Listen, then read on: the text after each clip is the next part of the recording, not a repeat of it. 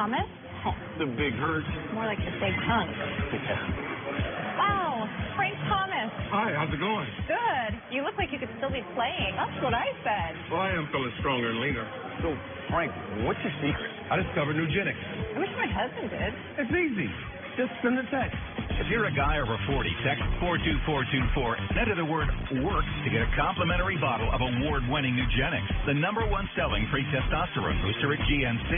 Nugenics is a unique man-boosting formula powered by Testofen, a patented key ingredient clinically researched to help boost your free testosterone levels, to help you feel stronger, leaner, with more energy and drive, more passion, too. Here, try a bottle. And trust me, she'll like it too. Text 42424, enter WORK to get a complimentary bottle of Nugenics. Samples are not available in stores, so text 42424 and enter WORK. First Things First is sponsored by Gillette, the best a man can get. Welcome back. We'll get to Jason Garrett in just a minute, but first, full NBA preseason. Pistons, Nets, Blake Griffin. Nice move to the basket, but denied by Jared Allen. Jared Allen says, no, I'm not showing up on your poster, sir. Yeah, Blake. That was surprising right there. Now, Blake normally would dunk on anybody. That's great timing. See, you requested it. You said more blocks, less dunks. Jeff we're Green, the outlet pass, takes one dribble, drops the hammer. Jeff Green. He's a wizard now. Oh, yeah, going back to his college days, Georgetown, bro. Absolutely. Back in the D.C. area, resurrected his career with the King. I like his game, man. He will help them. He was the second best player on the Cavs in the game 6 and 7 wins against the Celtics in the Eastern Conference. Warriors and Suns. Steph Curry picks Shaquille Harrison's pocket, makes him look silly, lays it in with the left. I'm glad we're playing basketball again. Oh, no. Man, you see that inside-out dribble? See, he put the ball on the left side, put his hand on the... Oh, man, that was nice. And Steph, his unanimous MVP year, he was top 3 in the league, finishing at the rim. He was way on. Everyone thought just shooting. He was so great at finishing when he got to the rim. Kyrie gets a lot of the headlines. Back to that, last year started the season with a little injury. Yep. So we should see him with that spacing on the court. All right, let's move on to the big topic rolling around yesterday. Jason Garrett, the Cowboys head coach, under much scrutiny after his decision to punt on 4th and 1 in overtime Sunday night. You know, despite having one of the best running backs in the game. Cowboys ended up losing to Houston. After the game, Jerry Jones said about the decision to punt, it was time to take risks. Garrett says he explained his thought process to Jerry Jones and said he still believes he has the support of the Cowboys owner. All right, CC, should Jason Garrett be coaching for his job at this point on the heels of both what happened Sunday and just the way that this Cowboys offense has been all season? Every coach in the NFL, if he had the same record as Jason Garrett had, they'd be coaching for their job. And that even being Bill Belichick. That Bill Belichick had in the last 8 years, 9 years, if his record was exactly like Jason Garrett was, because he doesn't have a hallmark. You know, he doesn't have anything to say, you know something, I build a great defense. You know something, I cultivate young talent. You know something, I can put a top 10 offense, top 5 offense out there on the field every year. That's the reason why I'm here. He can't do those things. No. So, yeah, he should be. In this very, very competitive league that is about parity, and, man, I'm going to tell you, every year there are 8 to 10 teams that really have a shot to win the Super Bowl. Like, they actually do. This is not the other sports. Like, you don't have the salary cap. You don't have one team making all the money and other teams. No. That's the reason why you have competitive balance in the NFL. And when you have that, you should have higher expectations on your coaches. This is one of the better franchises. It's supported financially. He's able to go out and get players to be able to develop these players. And I think the Dallas front office, I give them credit. They've done well with the draft. They've drafted some quality players. And their defense is outstanding. But when you look at the Dallas Cowboys, what else do they have besides that? The guys they draft on the offensive line. And an outstanding defense. They got Zeke. Outstanding defense. And they got Zeke, which they drafted. So I'm giving them credit for that. You know, but what is the head coach responsible for? Besides trying to keep a culture or trying to keep the owner satisfied? Like, what is that relationship there? And I think that Jerry is comfortable having Jason Garrett there and the way he wants the Dallas Cowboys to be run. But Jerry said it's about winning. If it is about winning, then his job should be in question. Well, and what does a head coach do? Either has excellent schematics or helps nurture talent. Like, who's on the Dallas Cowboys that were like, wow, they're way better than we ever thought they would have been. They've drafted really well. It was supposed to be Dak Prescott. And by the way, for after Dak, the first season, it was. Well, this is the thing. That was by accident. Yes, that's Tony Romo got hurt. And it's not like Dak all of a sudden was getting better.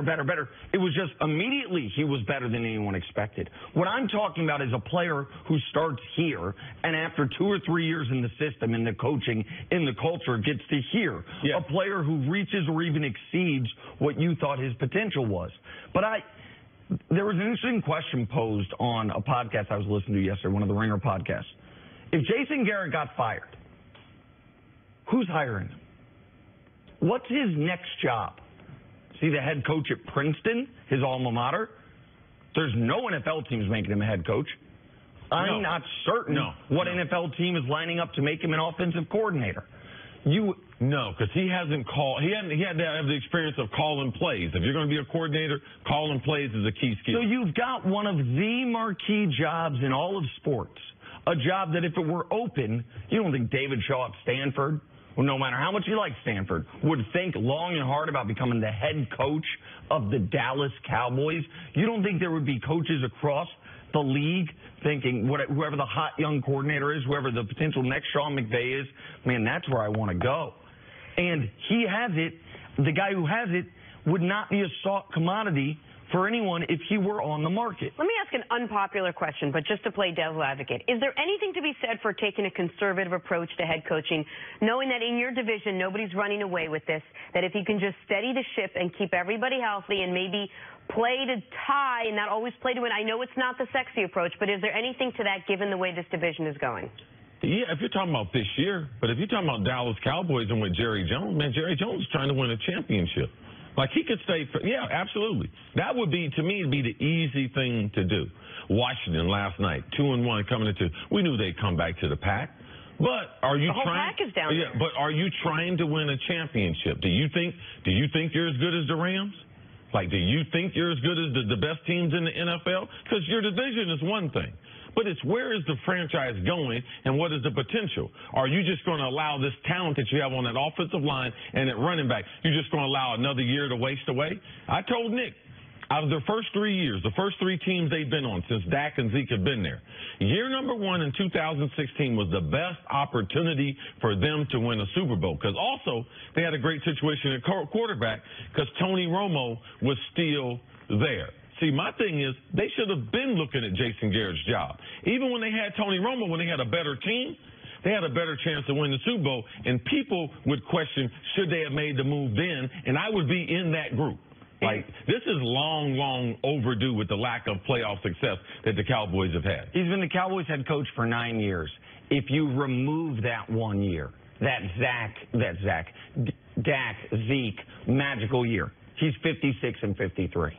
That's as close to being right at 500 as you can be. Now, even with that 1 year, he's at 55% wins. There's 11 coaches in the sport that have coached at least 75 games. 9 have been to a Super Bowl.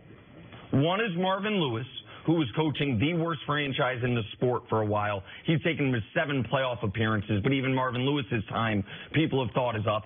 And the other is Jason Garrett, who's been in the playoffs twice and won 1 playoff game. That you don't get this type of job security without at least reaching, if not winning, a Super Bowl. Nobody else has it. Marvin Lewis has it, but at least they've been more successful over the last 15 years than the Cowboys. Yeah. They've been in the playoffs 7 times from where the Bengals were, from wearing the bags on their heads. Like, I don't know what the justification is other than it's easy to keep him.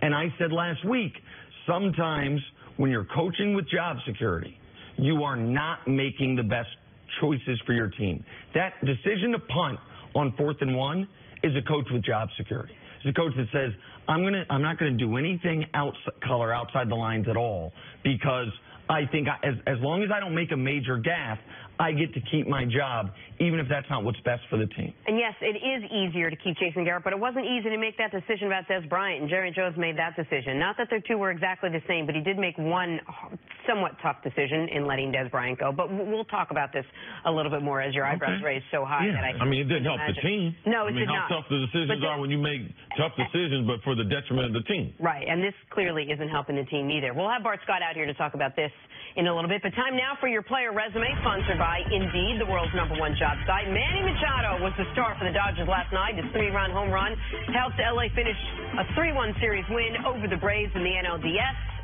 Nick, how impressed were you with the Dodgers in this series? Man, from Clayton Kershaw's 85-pitch shutout through 8 innings to Machado, who had struggled first 3 games of the series, only 1 hit. Yesterday, an RBI double, and then the 3-run shot that broke the game open. This is the guy they traded for. This could be the key to them reaching another World Series. And he had a lot of pressure coming into this game. Heard the interview before the game. He was great, saying, yes, I've struggled, but I'm going to keep swinging the same way. They're going to miss a couple pitches, and when they miss, I'm going to take advantage of it. That's what he was able to do yesterday. All right, got to take a break. Coming up, Bill O'Brien is at odds with Deshaun Watson over his playing style. We'll break that down next on First Things First.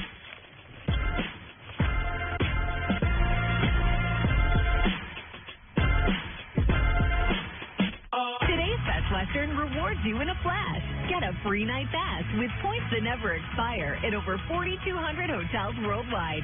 And get double rewards points on every stay. Book now at bestwestern.com. This is modern day endurance racing, a set of sprint races between tyre changes and fuel stops. It has definitely heated up inside the cockpit. If at this moment you don't feel a twinge of excitement, if your heart is not beating a little bit faster, then you have no place calling yourself a motorsport fan. It's time. Let's go sports car racing. Your microwave doesn't need another frozen meal, and neither do you. Only Carl's Jr. and Hardee's bring the heat with a variety of full-flavored all-star meals starting at $5. Get a real meal, paid for by Carl's Jr. and Hardee's. Hops are like grapes, special conditions of terroir, of soil, the growing conditions of climate and sunlight will produce unique flavors. A lager beer should be fruity, floral, and the flavors that we want in Boston Lager can only come from hops grown in this little piece of ground. It's a college football doubleheader on FS1.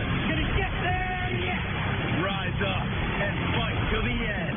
Big Ten heavyweights go to battle as the Gophers try and slow down Heisman contender Dwayne Haskins and the third-ranked Buckeyes.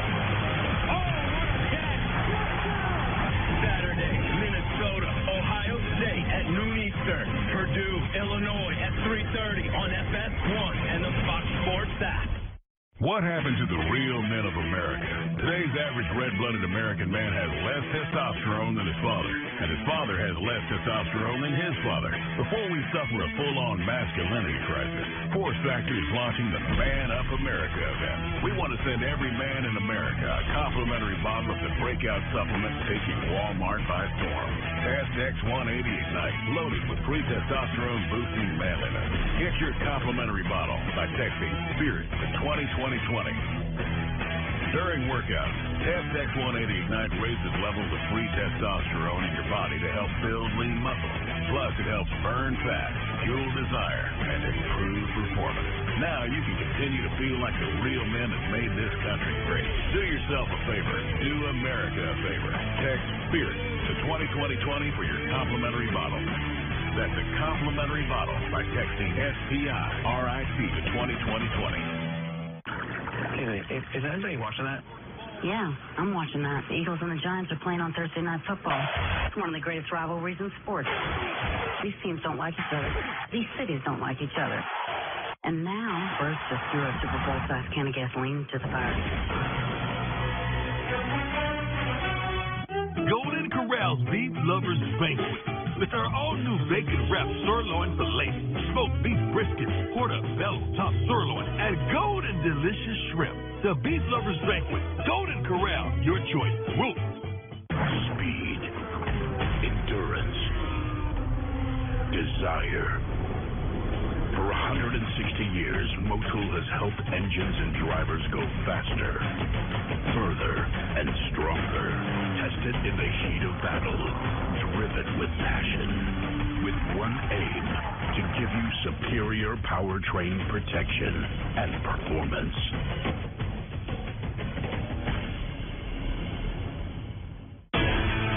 Try Firestone tires for 30 days. If you don't love them, we'll refund or replace. So go ahead.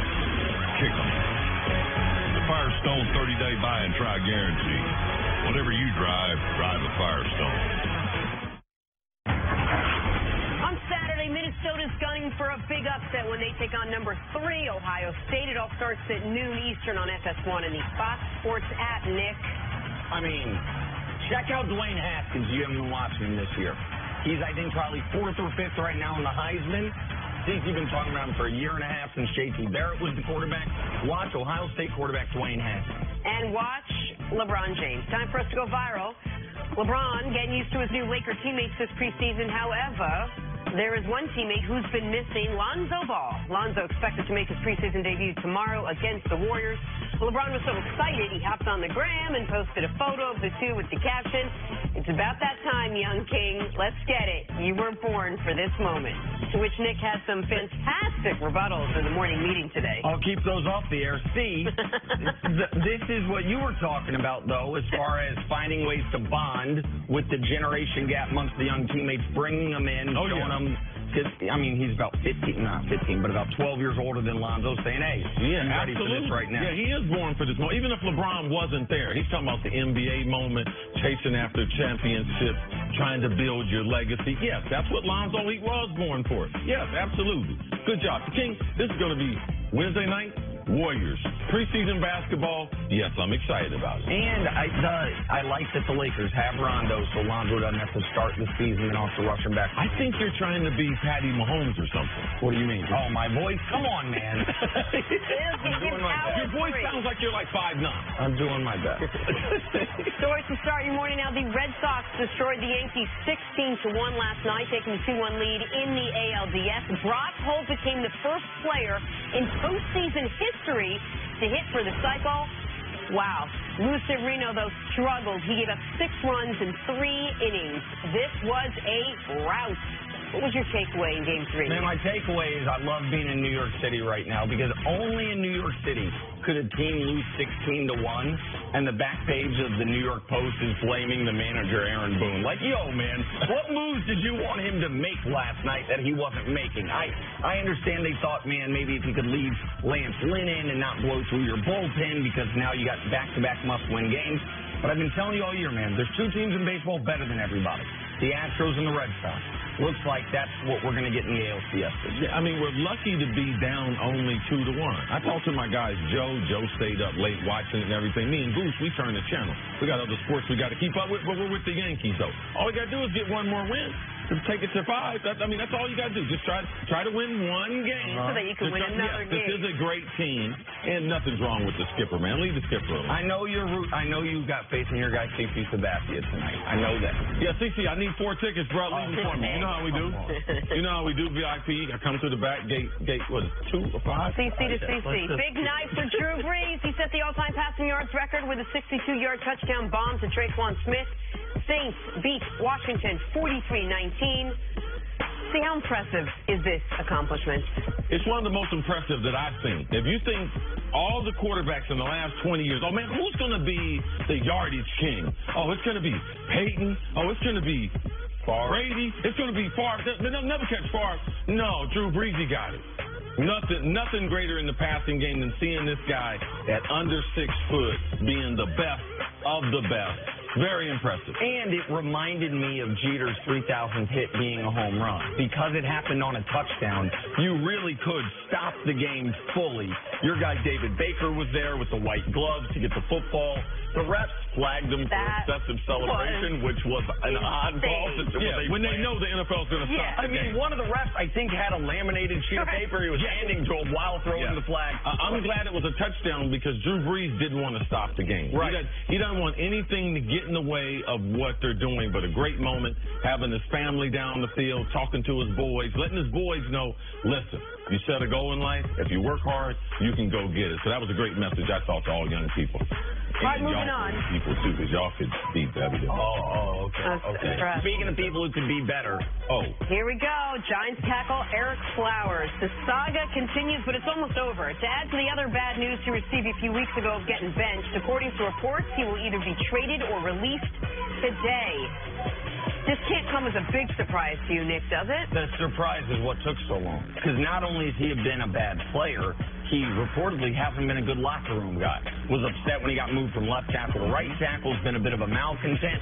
Some guys just don't live up to their draft status. Yeah. If he were anything other than a first-round pick, he would have been cut 2 years ago. They have given him this much rope because of his draft pedigree, but no, it's time to go, man.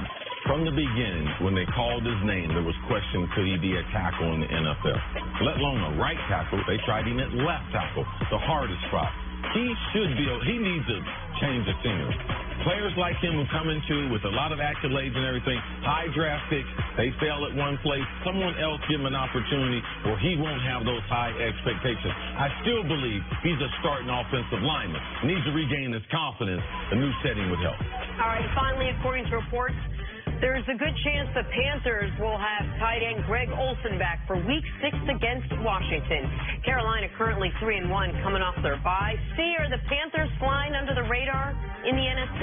Absolutely. It seems like they've done this a couple times to teams. Cam's MVP season, Ron Rivera, his team, he puts a winner on the field all the time, but he doesn't necessarily get the type of credit that we give other coaches out there. So, yes, this Carolina team, yes, they are flying under the radar. If you look at the only loss that they have, tough battle there in Atlanta. Yep. You know, divisional game that they know that game went back and forth. Either team could have won this game. So, yes, they are one of the teams that's flying under the radar, but we shouldn't be surprised because this is what they have done in Carolina. Since Cam's been there, since Ron Rivera has been there, they have put a good product on the field. Yes, Carolina, I wouldn't want to play them.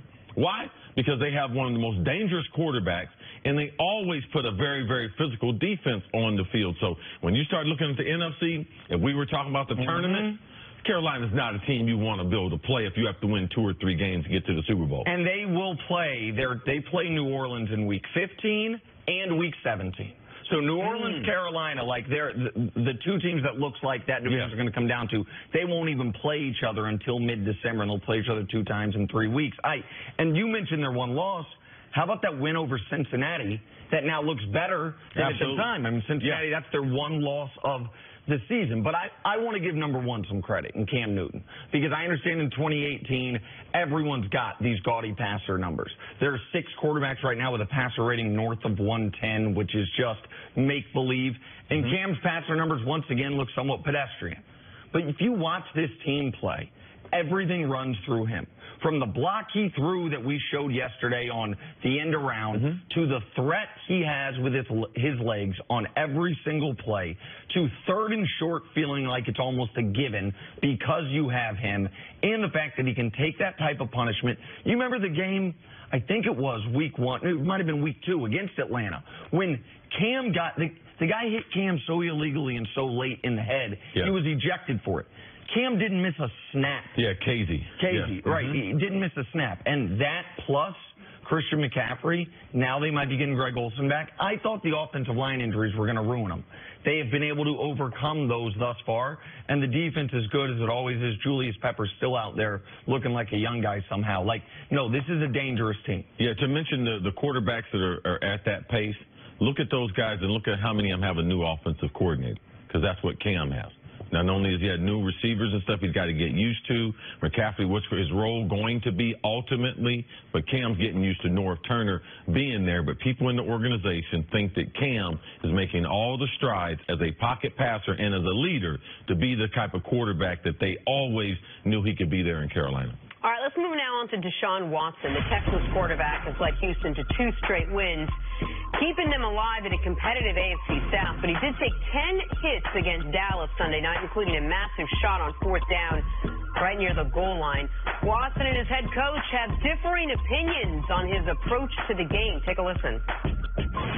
When we're down at the goal line and, I'm trying to get in the end zone, that's my mentality. So regardless of what I got to do, it's 3 dudes like it was tonight multiple times, I'm going to try to, fight my ass off to get in the end zone. And, that's my mentality. And whatever it takes, I'm built to take those hits. And, I'm just going to, give all my will and my guts and trying to get the ball in the end zone. Obviously, those are plays that we want to cut down on, and we're going to work hard to do that moving forward because, we know that that's not a sustainable way to play, to be hit that much in a game. We understand that, so we're going to work hard to try to improve that. All right, Steve, first describe what is Watson's playing style. Is it any different than it was last year when he was just playing lights out? Well, his style's not any different. He's a gamer. And if the play breaks down, he's a good athlete. He's going to try to make something happen. I understand what Deshaun's saying as far as in the red zone, he was going to be far more aggressive. But you can't just take the red zone and say, okay, on this part of the field, you know something, I'm going to take a little more of myself to be able to take on the defenders. No, you shouldn't do that. If you're going to take on defenders, which you're not going to make a living as a quarterback, you need to know their dang on numbers. When the guy's 54, leave him alone. The guy's a hired killer. All right, that's Jalen Smith.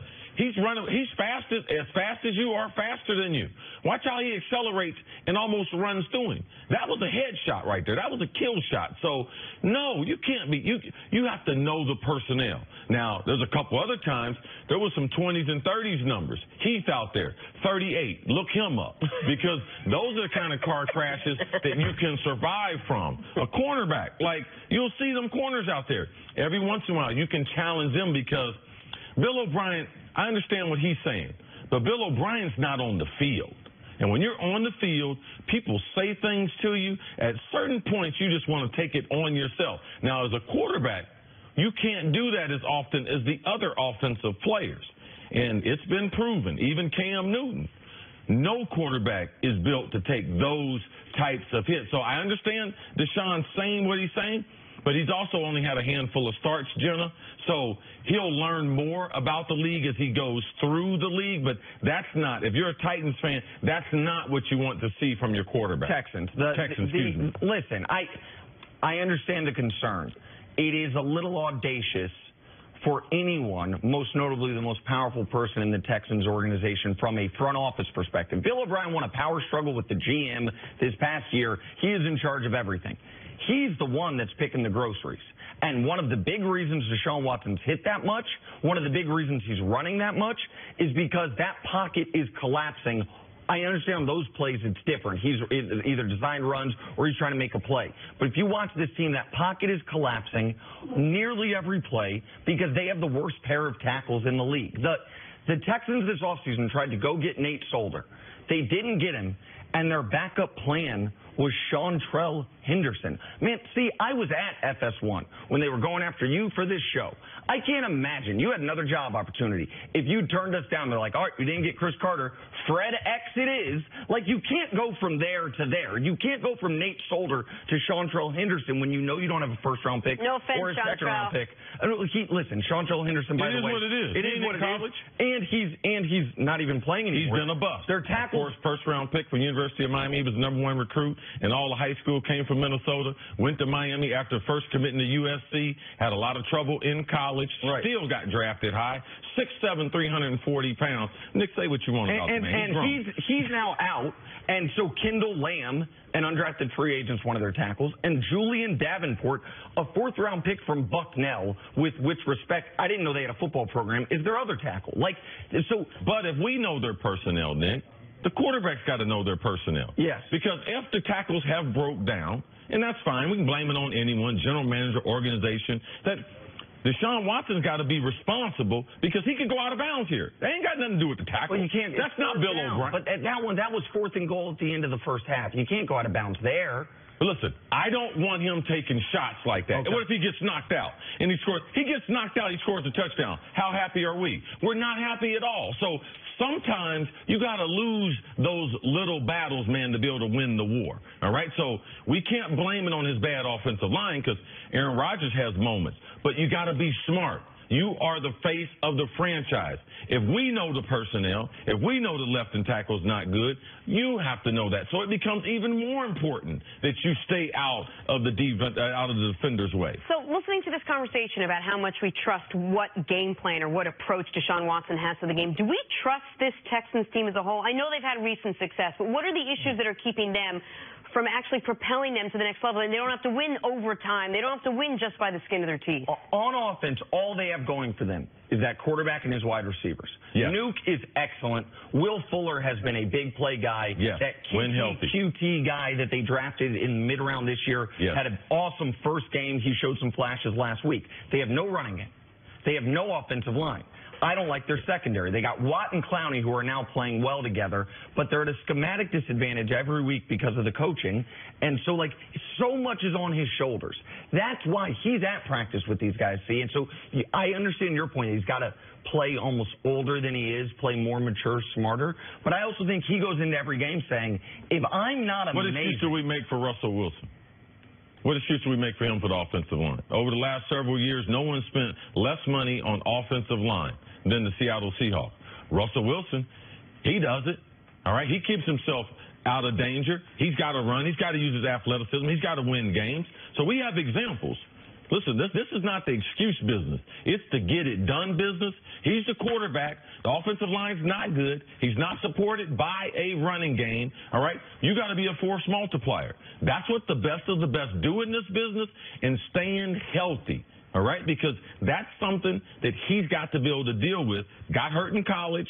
Already's been hurt in the NFL, a non-contact injury. So if he wants to be able to remove that from his resume, he's got to be able to keep himself healthy and keep himself in the lineup. I want to make sure I understand your opinion on one thing. You do think he's been a force multiplier, correct? You're just concerned about whether or not his style is sustainable. I'm concerned that we're trying to make excuses. No excuses. We don't make excuses for Russell, all right? He's got the same type of environment. Right, but I don't even think there's anything to make an excuse for right now because the commentary is about something that hasn't happened yet. It's about preventing an injury, not why is he not playing better, because he's played very well. The question was, what about the Texans?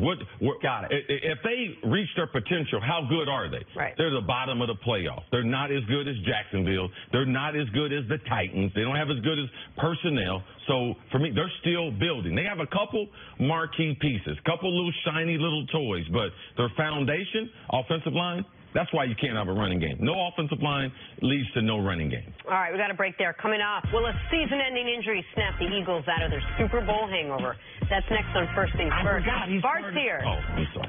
I forgot he's part of the Nick represents him. Oh, yeah, Nick represents I forgot that. You gotta be careful. I thought you'd like my Fred X line. Nobody even laughed. I mean, I thought it was a good one. There's certain guys we say in the locker room, they're going to ball till they fall. As a journal, I try to be ahead of the conversation. You're trying to zig when everyone else is zagging? We want easy villains and easy heroes. You got to earn this. You eat what you kill. Actually, I've been killing it because I'm eating a lot. Speak for yourself. Weekdays at 3 Eastern on FS1 and watch anywhere on the Fox Sports app. I'm Ken Jacobus, and I switched to the Spark Cash Card from Capital One. I earn unlimited 2% cash back on everything I buy. And last year, I earned $36,000 in cash back, which I used to offer health insurance to my employees. What's in your wallet? I see it all the time. Your friends invite you out, and you're always busy. Eventually, they invite someone else, like me, Jean-Claude Van Damme. Do you really want Jean-Claude Van Damme hanging out with your friends? Taking selfies? Bonding over chips and chips. Becoming BFFs forever. Suddenly, I find myself here, where you're supposed to be. And you just got Van Dammed. Don't get Van Dammed. Get together already with Tostitos. I want our house to be the default house where everybody wants to hang out. How about an LG OLED TV? It's got Google Voice Assistant built in, so you can just tell it how to set the lights, what to watch. Cool. Yeah, and when it's over, tell iRobot to vacuum up the popcorn. Wait till the dog sees it. It's comedy gold. Tell me about sound. I mean, my kids love a good explosion. Add an LG soundbar, and movie night becomes movie night. Sounds big. Well, that family just got a new superhero. When it's your job to protect the world's greatest nation, it's your responsibility to solve the world's greatest challenges. This is why we search for the best and brightest, why we train for every eventuality, on land and water, in the air, space, and even cyberspace. We operate in a complex world with one simple mission: win. How do you top mac and cheese? Start with 100% clean ingredients, like Vermont white cheddar. Then add bacon, barbecue chicken, or Baja blend. Catering and delivery now available. Panera, food as it should be. Don't you get the best price booking at one of those travel sites? They tell you that, but when you book at Hilton.com, you get the price match guarantee. So if you find your room at a lower rate, Hilton is like, we're going to match that rate and give you an extra 25% off. What would travel sites do if you found a better price? That's not my problem. It's your problem. Get out of here.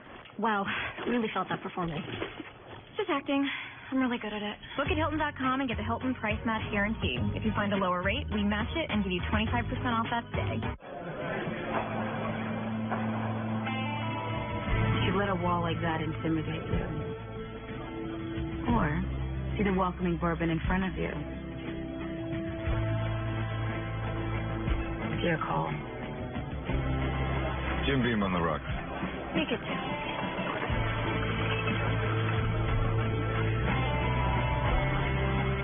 The bourbon that's been making history since 1795 invites you to make some of your own. When you design a shirt to be worn untucked, bigger guy, you do it for everybody. large shoulders, All shapes and sizes of people, all shapes and sizes of untucking. I don't think I really have anything. These fit all men at the perfect length. More than 50 size options. For everyone yet to experience the all shapes and sizes fit of Untuck It, we say, untuck yourself.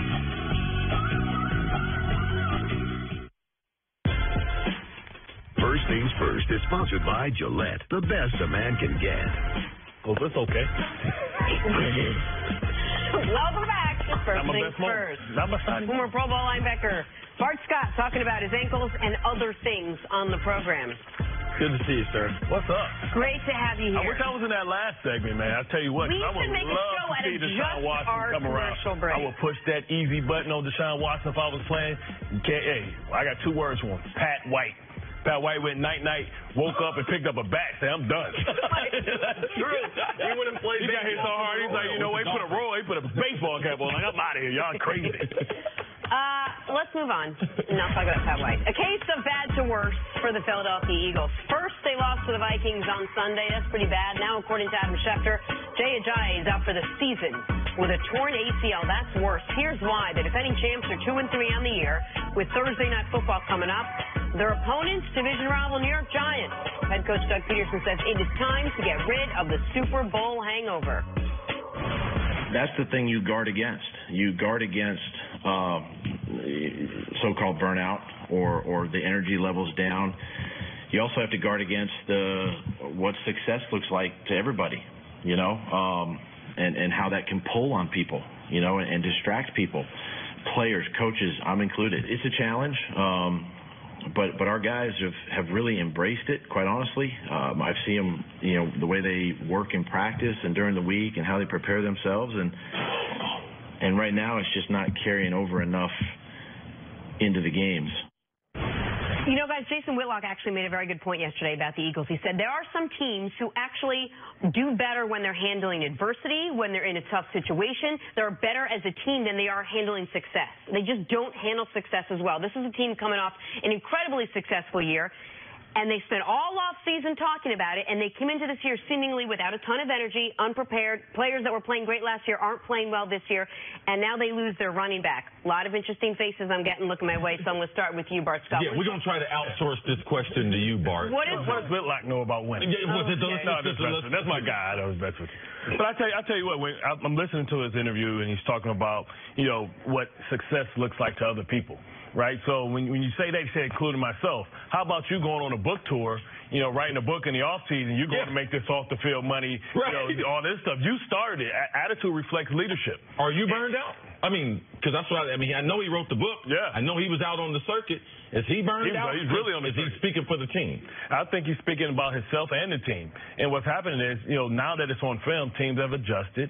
People have learned what they do, what they can't do, what they struggle with. Alshon Jeffrey's not being hurt. I feel like he's panicking. He's trying to seem calm on the surface, but his feet's moving like a duck on water. And he needs to control his team, get them together, rally around them. I think it's a huge loss losing Jay Ajayi. I don't know if they can make the move for Shady McCoy, because I feel like the Bills are rebuilding, so somebody should be in the market for Shady McCoy. I believe that either the Eagles or the Packers should be in the market for Shady McCoy, because I feel like he's an aging quarterback. He has a decent cap number, but he's a guy that they understand isn't going to be part of that long-term future in Buffalo. Well, listen, whether it's Shady McCoy or the guy that you've been talking about, the Eagles targeting, Le'Veon Bell. They have an extra second-round pick this year because they were the other side of the Lamar Jackson trade, right? That's how Baltimore traded back up into the first round. What they gave away was a second-round pick this year and some other compensation. They have the ability, I would think, to add a player better than Jay Ajayi. And even if it's just a rental, as it would be for Le'Veon Bell, that could be the juice this team needs. On Friday, they restructured Fletcher Cox's deal, so not because of this, but now they have the cap space to add a guy like that. Right. They saved $6 million against the cap this year. They need an injection of something. I was listening to Doug Peterson there, and it just struck me as he was kind of just making things up. Like he was guessing. He was guessing, like, what are we guarding against? And I don't say that disrespectfully, but nobody knows what it's like to win a Super Bowl unless you've won one before. He hadn't won one before. He was only a second-year head coach.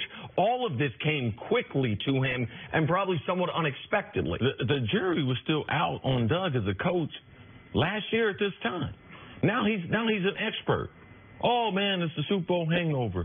Oh, fatigue. Oh, but I like the way the guys are working. Like, that to me is a coach who's confused. If I'm a player, and we watch press conference, and we do read the press clippings, they actually put all the press clippings together and pass them out in the locker room so you don't have to pick up every newspaper. So you see everything that's written about you locally and from a national standpoint. So Doug is in that foreign territory. He don't know what to do. So in the press conference, he's just making stuff up. Mangini admitted.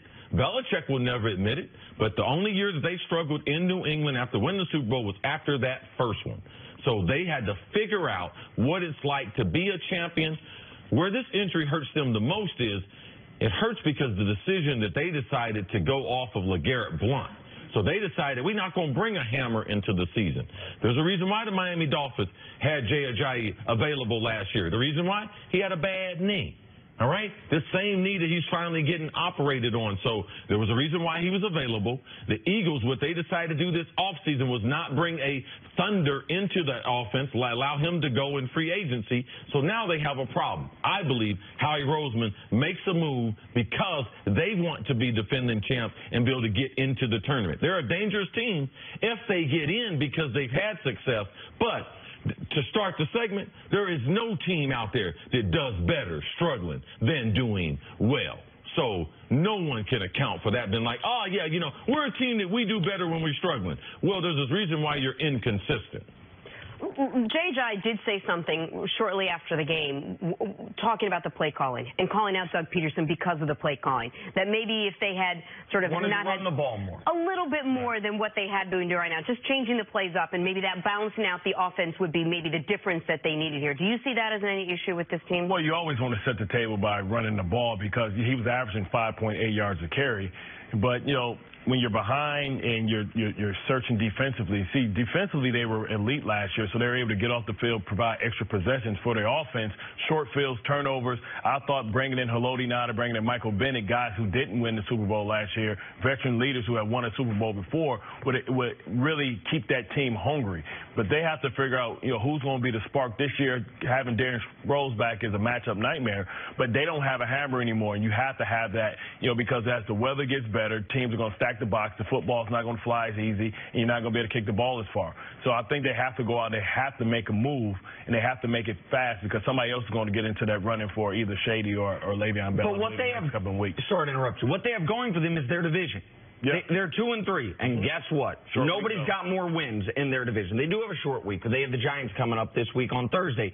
They don't have to be any better than 6-6 with a month to play to still have the ability, hit their stride in December, and to have a home playoff game thanks to having won that division. Now, it's hard to see home field going through Philly the way it did last year, but if you add a special player at running back, they didn't have a special player at running back last year. They had a nice complement of players.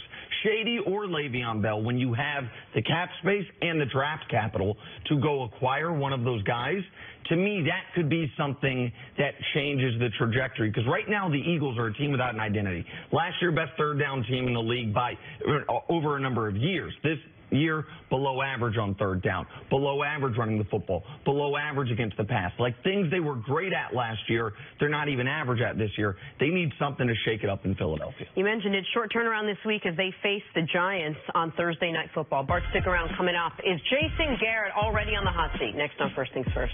Use some lotion.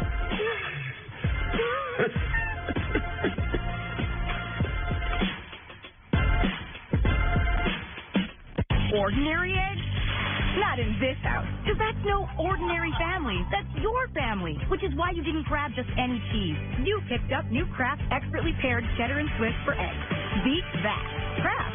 Family greatness. Today's Best Western rewards you in a flash. Get a free night pass with points that never expire at over 4,200 hotels worldwide. And get double rewards points on every stay. Book now at bestwestern.com. Many long hours and sleepless nights ago, Jane began her engineering career.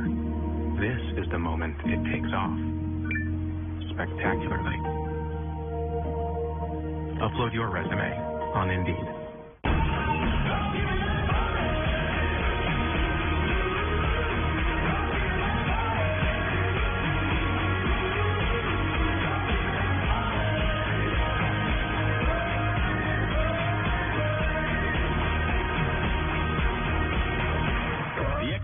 Reviews are in. Come in now and see the beauty of the XT5 for yourself. Get this low mileage lease on the 2018 Cadillac XT5 from around $379 per month. Visit your local Cadillac dealer. How do you top mac and cheese? Start with 100% clean ingredients, like Vermont white cheddar. Then add bacon, barbecue chicken, or Baja blend. Catering and delivery now available. Panera, food as it should be. First Man is the best movie of the year. We're going to the moon. Neil Armstrong, Buzz Aldrin. That is a big mother. It'll be a hell of a ride. We got a bad fire! No easy way to save us. They're gone, Neil. We need you to be commander. We need to sail down here so we don't sail up there. What are the chances this is the last time the boys are going to see you? 5, 4, 3, 2. First Man, rated PG-13. Bush is partnering with the National Forest Foundation to protect America's backyard. And you can do your part just by cracking open a bush. Cool. Doing my part for the trees. This is your wake-up call. If you have moderate to severe rheumatoid arthritis, month after month, the clock is ticking on irreversible joint damage. Ongoing pain and stiffness are signs of joint erosion. Humira can help stop the clock. Prescribed for 15 years, Humira targets and blocks the source of inflammation that contributes to joint pain and irreversible damage. Humira can lower your ability to fight infections. Serious and sometimes fatal infections, including tuberculosis and cancers, including lymphoma, have happened, as have blood, liver, and nervous system problems, serious allergic reactions, and new or worsening heart failure. Tell your doctor if you've been to areas where certain fungal infections are common, and if you've had TB, hepatitis B, are prone to infections, or have flu-like symptoms or sores. Don't start Humira if you have an infection. Help stop the clock on further irreversible joint damage. Talk to your rheumatologist. Right here, right now. Humira. You're headed down the highway when the guy in front slams on his brakes out of nowhere. You do too, but not in time. Hey, no big deal. You got a good record, and Liberty Mutual won't hold a grudge by raising your rates over one mistake. You hear that, Karen? Liberty Mutual doesn't hold grudges. I'm mature now. For drivers with accident forgiveness, Liberty Mutual won't raise their rates because of their first accident. Liberty Mutual Insurance. Liberty, liberty, liberty, liberty. Hey, Daryl. Hey, how much would you pay for something you don't want? Nothing. Is this a test? No. Do you like getting stuff you like for free? Yes. This feels like a test. It's not. Get 6 months free Apple Music on the network you deserve. Now get up to $300 off our latest phones. Back here at Bart Scott, there is discourse in Dallas these days. That'll happen when your head coach decides to punt on 4th and 1 in overtime against the Texans Sunday night, and you know how that played out. Dallas ended up losing the game. Afterwards, owner Jerry Jones said about the decision to punt, it was time to take risks. Jason Garrett says he explained his thought process to Jerry Jones and still believes he has the support of the Cowboys owner. Bart, should Jason Garrett be coaching for his job at this point? Absolutely. They've been a model of mediocrity. I think it's time to really bring Dak Prescott back and say, listen, he's not an elite quarterback. He's not a guy that can take the team and put him on his shoulders. We have to go back, look at what they do with Nick Foles, and say, okay, we're going to do RPOs. We're going to try and figure out a way to utilize his legs, put him on the move. Let's not let him drop back. He doesn't have receivers that can get open by themselves, so you have to get him open with the RPOs, get into safeties, get him looking in the backfield, the fear of Dak Prescott, and they may have to consider going out there to make a move. The good thing is they're in the division where 2 wins is leading the division. Washington took it on the chin yesterday. They still have opportunity if they can figure this out. Travis Frederick going on IR is disappointing because I think Collins is struggling. I think that they don't have their leader at center, a guy that makes all the line calls, that makes everything right, that's able to decipher the blitzes and the packages that are coming. And I think they're going to have to say, you know what, we're going to use Dak. That defense is elite. We're going to have to play ugly football and win ugly. So you got to look at it from his whole career, not just this season. This season, the Cowboys being 2-3, yeah, maybe they could be 3-2, but I don't put a ton at Jason Garrett's feet. I don't say, like, man, they are way underachieving. This is a team we knew would struggle to throw the football. We had seen Dak regress last year, and I don't think you can say it's Jason Garrett's job to get Dak back to year one, Dak, if that guy doesn't exist anymore. But when you look at it as a scope longer than this year, it is exactly what you said, mediocre.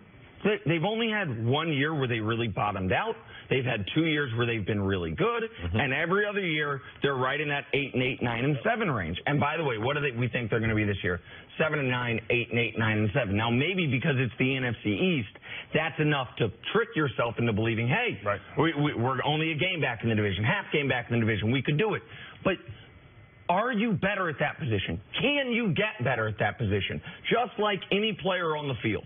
Can we get better at this spot? Or is it just a comfortable thing to stay where we're at? And right now, Jason Garrett's the comfortable thing. He's the safe thing. He's the guy that you know isn't going to, and this might be the most important thing, Jerry knows he's not going to challenge him. He's a puppet. That's stronger than I would say, but sure. What he's not going to do is have, when Jerry Jones says we should have gone for it on 4th down, is have a press conference where he says, listen, I respect Jerry's opinion, but last I checked, he's the owner, not the coordinator. We make those decisions. Instead, I talked to Jerry. I explained myself to Jerry. So Jerry Jones fired Jimmy Johnson, not because Jimmy Johnson didn't know what he was doing, because Jimmy Johnson was getting too much credit.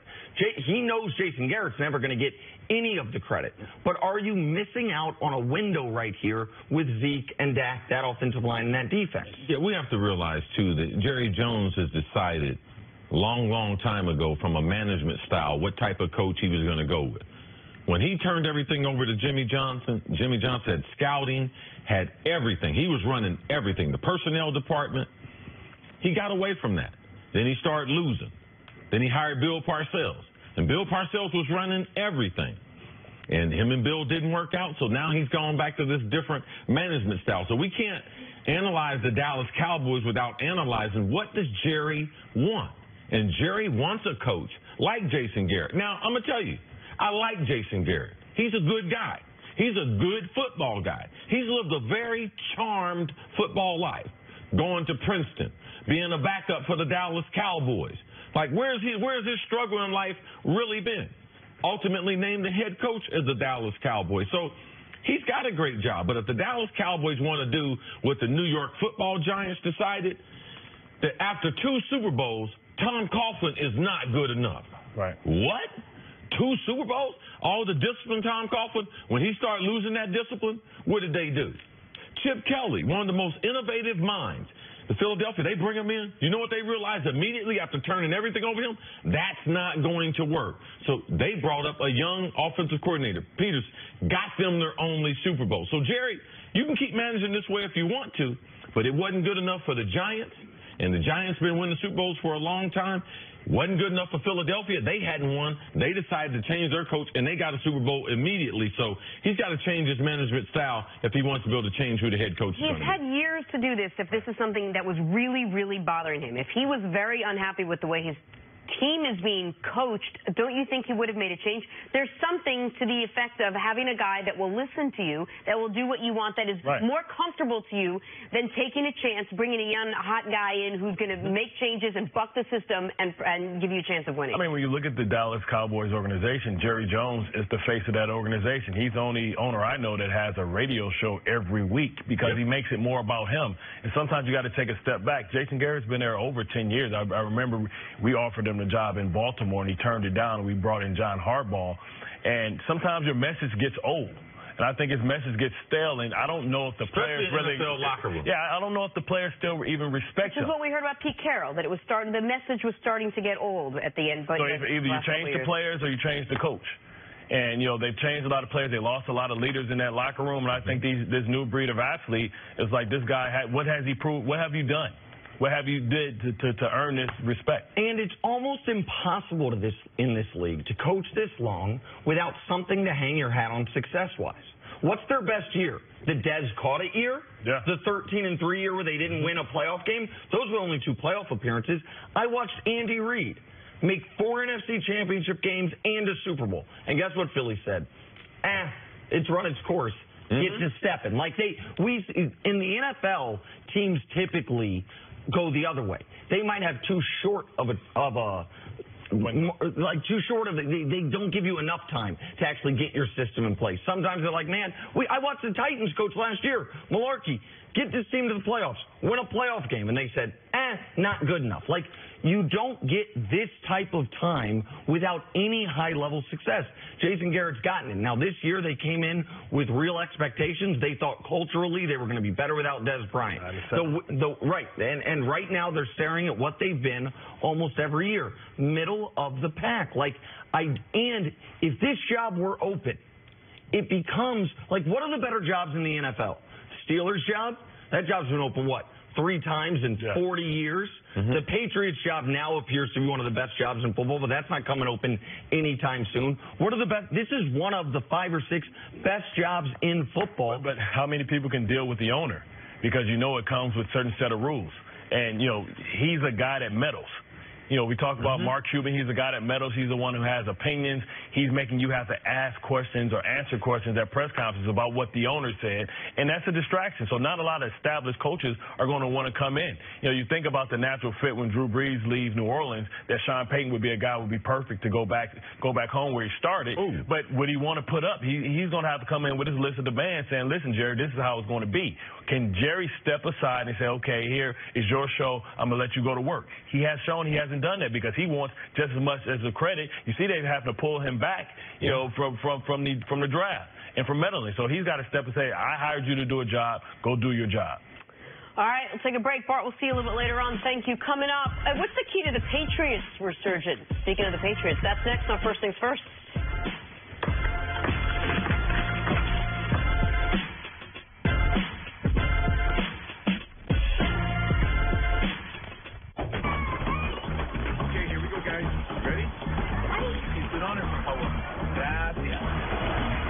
Opportunity is everywhere.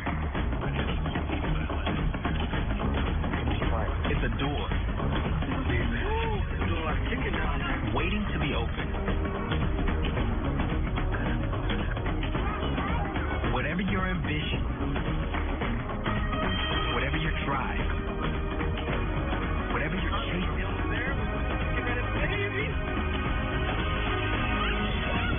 opportunity is everywhere.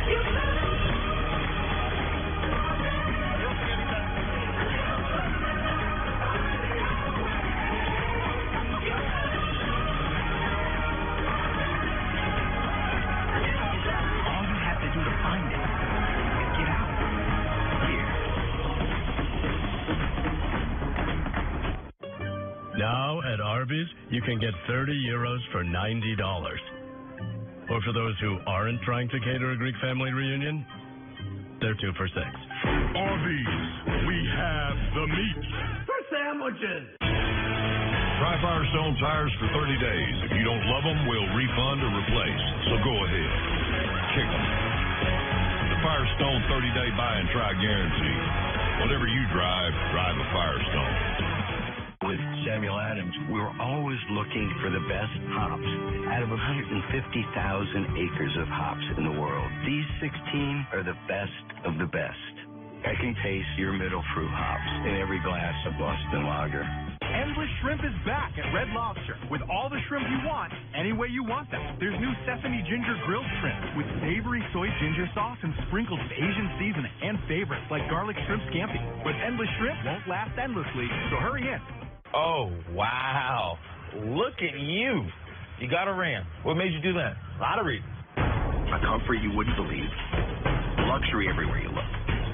Not to mention legendary Hemi V8 power. Maybe I should switch. More people are switching to Ram trucks than ever before. And now get $1,000 bonus cash if you make the switch during Ram Power Days.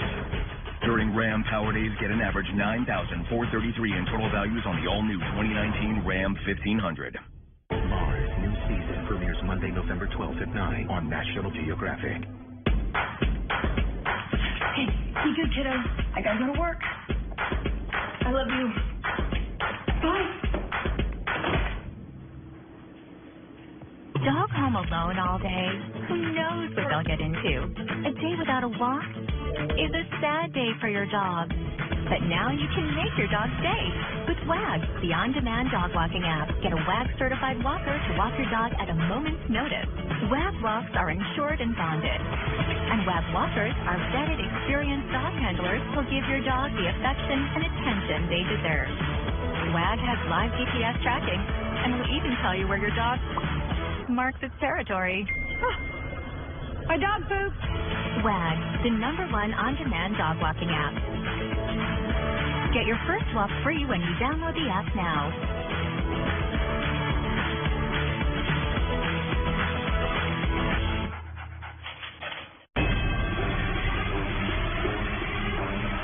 I have never lost a debate on Undisputed. Skip, You know I'm right. come on, Skip.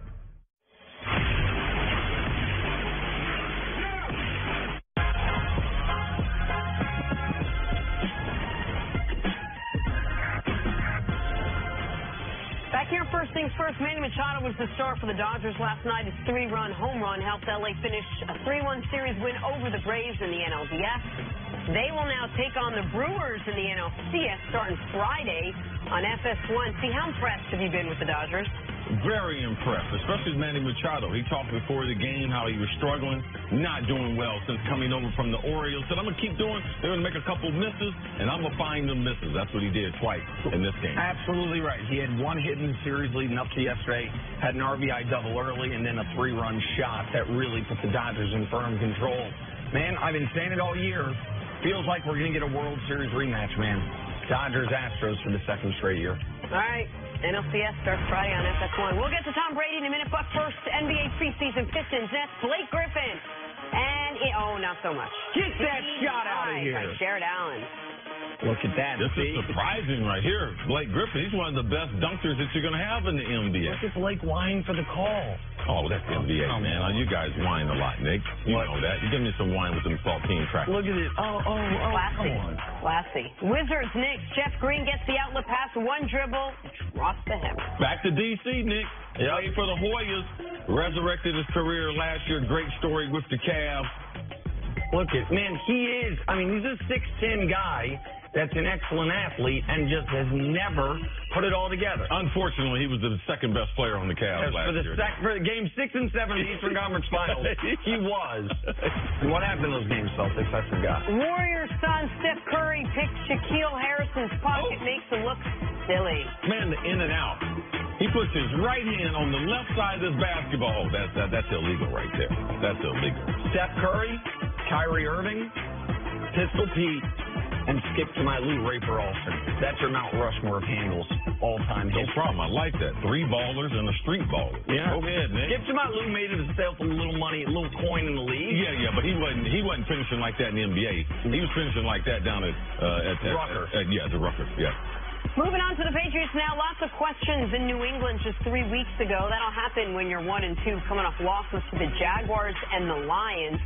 Since then, 2 wins in a row, scoring 38 points in both games, and more importantly, back in a familiar position, tops in the AFC East. But according to quarterback Tom Brady, the Pats are just scratching the surface of their potential. I think we're still figuring out what we're good at this point. I mean, we haven't had, everyone together for that long. Now that Josh is on the team and, all the receivers are really contributing.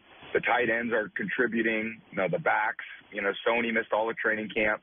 So it's just kind of figuring out where we go from here. And that's, a good opportunity for us. We're 5 games into the year, and we've still got a lot of football left. And, I think we all believe our best football is ahead of us. All right, Cece, what do you think about what Tom Brady said? Is this all about familiarity? Now this is the first time he's getting all his weapons and pieces back together, and it's just going to be sort of smooth sailing moving forward? Yeah, Tom makes a great point. Nick and I, we talked about it since the spring. They made 28 different transactions at wide receiver. So they, like no other team, and not even like people in business, because they do things totally different. Say, for instance, a basketball player. If a guy was a good shooter in basketball, when he goes to the gym, he's going to get his shots up because that's what he does well. New England, what they do, and it's so humiliating, they put you in situations to figure out what you can't do. And they make sure that, okay, you can't do this. And then they avoid doing that during the game and have you do only the things that you do well. Give me an example. Philip Dorsett, he's been known as a speed guy. I coached him since he was 14 years old. He's a legitimate deep threat. Also runs a lot of reverses. That's on paper. But as a deep threat, he's really not that good at that. So what they're going to have him doing now, instead of throwing the ball deep to him, they're going to have him clearing out for guys like Edelman, clearing out for guys like Gronk, and trying to get him because he has a problem sometime when the ball is in flight. So now what they do is try to get him the ball sooner to him and make him run with the ball closer to the line of scrimmage compared to flighting the ball 30 or 40 yards down the field. Normal people, they don't look. They just look at their strengths, and they try to operate off their strengths. That's the way NFL offenses do. What do we do well? Let's keep trying to do that. New England looks at what don't you do well, what Josh doesn't do well, and it takes time to be able to figure that out. That's why they take the first 4 games as an extended training camp and all that practice time and game time to try to figure out how they're going to move forward. That's what Tom Brady was alluding to. They don't tell you that, but they try to make sure we understand ourselves better than anyone else does. So let's use Josh Gordon for an example, okay? Only on the field stuff. How was Cleveland trying to utilize him compared to how you believe the Patriots will try to utilize him? They actually believe that he's a complete receiver, so they were trying to throw every route in the route tree. They being Cleveland. Yes. Got it. Okay. Yeah, so when you have a featured guy, you just open up the whole route tree to him, and you don't specialize in certain routes. So you volume feed him compared to let's specifically see what he does. When Josh was spectacular in 2013, watch how many yards he had after the catch. Watch how many contested catches he had. Watch how many balls he caught close to the line of scrimmage. Those are things that he really does well. Now, is he a deep threat? Yes. When we've seen him in New England, what did he do immediately?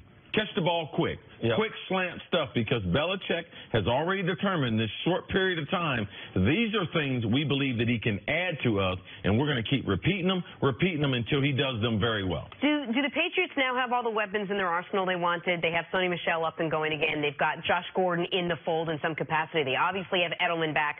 Are they almost done tweaking? They're out of that extended preseason phase. Is this the team that you think we're going to see moving forward? I mean, we have to realize they're trying to survive. All right? Burkhead was put on injured reserve. They expected him to play a role. They like to have 3 or 4 running backs. They like to have 2 or 3 tight ends. They don't have another tight end receiver outside of Gronk. Gronk will get injured. So, no, they will make adjustments then. They're just getting Edelman back. So who do we put on the outside to be able to clear out these situations for them, to be able to run their option routes? Sony Michel, how will his knee hold up? And every once in a while, we're going to give the ball to James White as a ball carrier, even though typically we don't like using him as a ball carrier. So they're forever evolving. And once they get other injuries, they'll try to adapt once those injuries hit their roster. I think it's really interesting, the idea of rather than just focusing on what a guy does well, trying to make sure you know what he can't do. And that almost, to me, unlocks the why Chris Hogan was something somewhere else and something totally different in New England. Wes Welker, Danny Amendola. A lot of those players. Why Cordarrelle Patterson? I'm now seeing, Cordarrelle Patterson, what he doesn't do well, it appears, is anything down the field. Yes. But you throw it to him almost horizontally and let him pretend it's a kick return. Now you're removing his weakness. And how they get him deep, they baited the team, baited them, pump faked them, and then got him quick down the sideline, where he was able to then run to be able to finish off that big play that he had this year. Why do you think more teams don't operate this way? Because teams don't have the overall knowledge. They don't have the system that Belichick has as far as what he's going to do week in and week out. Also, coaches don't have the ability to be as patient as Bill does, because Bill is the general manager, and he has a wealth of information for guys that are in the league. Other guys, I believe they have information, but it's just not as detailed as what Bill. There are players on teams right now that Bill Belichick, he would covet their ability. Because he believes once he gets them to the New England and get them in the football think tank, that he can bring out the best in them. That's what he's been able to do. That's why he's the best coach ever. His adapting to offensive football the last 10 years, man, that put him in a class all by himself as far as coaches. We do the same thing, right? We figure out what we can't do, and we don't do those things. Should I give some examples? Go ahead. Go ahead. I'd love to hear it, Jenna Wolf. Seinfeld trivia. We don't go to you for Seinfeld trivia. We don't curling. I don't ask you any curling questions. Okay? For me, we don't ask you to be funny. We're going to you're just waiting for me to stop. The audience, they don't know who Seinfeld is. What's his name? Seinfeld. I know who you are, buddy. Coming out is Aaron Rodgers' injury, the Packers' biggest problem. Are they on TV or is it real? We add to the list. We don't let Jenna improv the last 40 seconds of the segment. Let me just do a little stand-up bit. Don't wear the same colored dresses. Jenny Tapp. What is this, the Laugh Factory? All right, forget it. Friday on FS1, the NLCS begins with Game 1. Unbelievable! Manny Machado and Cody Bellinger face Christian Yelich and the Brewers. Dodgers, Brewers, Game 1. Coverage begins Friday at 7 Eastern, 4 Pacific on FS1 and the Fox Sports app. Friends, there are a lot like salsa. Each one's unique in their own way. Hot, mild, cheesy, and garlic. I thought it was a costume party. Get together already with Tostitos. This is modern-day endurance racing, a set of sprint races between tyre changes and fuel stops. It has definitely heated up inside the cockpit. If at this moment you don't feel a twinge of excitement, if your heart is not beating a little bit faster, then you have no place calling yourself a motorsport fan. It's time! Let's go sports car racing! Love makes you do crazy things, like sneaking the triple-double crunch wrap into the theater with double the layers you love. Careful, that double crunch may land you in movie jail. The $5 triple-double crunch wrap box from Taco Bell. If you've gazed upon the stars, or laughed like you haven't laughed in years, if the food tastes remarkably better and the friendship is somehow deeper, you've probably been camping. Meant to be in the great outdoors, forever free. Shop RV starting at $109 per month. Visit your local Camping World Supercenter. Is mealtime a struggle? Introducing Ore-Ida Potato Pay, where Ore-Ida Golden Crinkles are your crispy currency to pay for bites of this with this. When kids won't eat dinner, potato pay them too. Ore-Ida, win at mealtime. So you're telling me that I can surf the web on this refrigerator while I'm cooking? The Samsung Family Hub. And with the Ring doorbell, it shows you who's at the front door. Add Total Tech Support, and we'll make sure it always works for you. Who's the genius who dreamed up a refrigerator that shows you how to cook a souffle? What a does it do? Does it tell me when we're out of milk? Actually, it tells your phone. No way. Yeah. It's pretty cool. I need one of these. Yes, you do.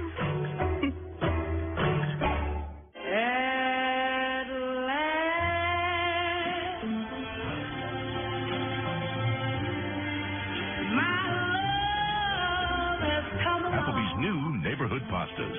Now that's eating good in the neighborhood. Speed, endurance, desire.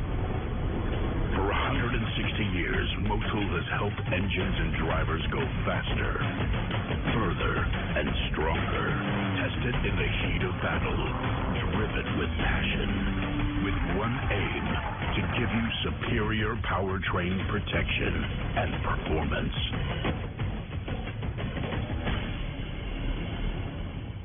The Corona hotline is back, people. New year, new operator, same hotline. Romo here. Tony, my fantasy team is down. I can't even watch. What do I do? All right, grab a Corona. Got it. Now go back and sit with your friends. Done. And boom! You're doing it. I am? Watching the game is all you can do. You're good at it. I am. Thanks, Tony. Good talk. Call now to find your game day beach. Thursday, Carson Wentz and the Eagles battle Saquon Barkley and the Giants in a fierce divisional showdown. It all starts 7:30 Eastern on Fox, NFL Network, and streaming on Prime Video. That'll be a fun one. Time for us to go viral. Last night, Drew Brees made history, becoming the NFL's all-time leader in passing yards. So congratulations were obviously in order. LeBron tweeted, "Salute Drew Brees. Congrats on the achievements and milestones." Sheesh, that's a lot of passing yards. Hall of Fame quarterback Dan Marino tweeted, "That was special, Drew Brees, and doing it with a touchdown. Congratulations."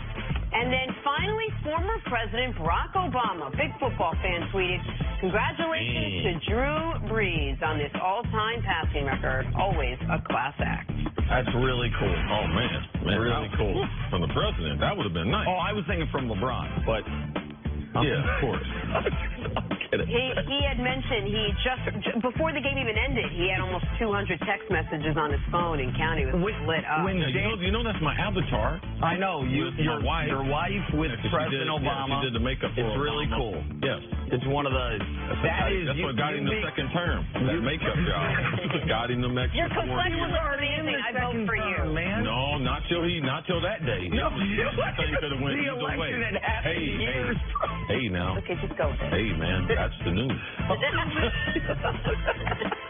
right. When Ohio State won the title? When Ohio State won the title? 15. Okay, he was reelected in 12. Anyway, just You say doofus. words. Time for stories to start your morning. What are you talking about, man?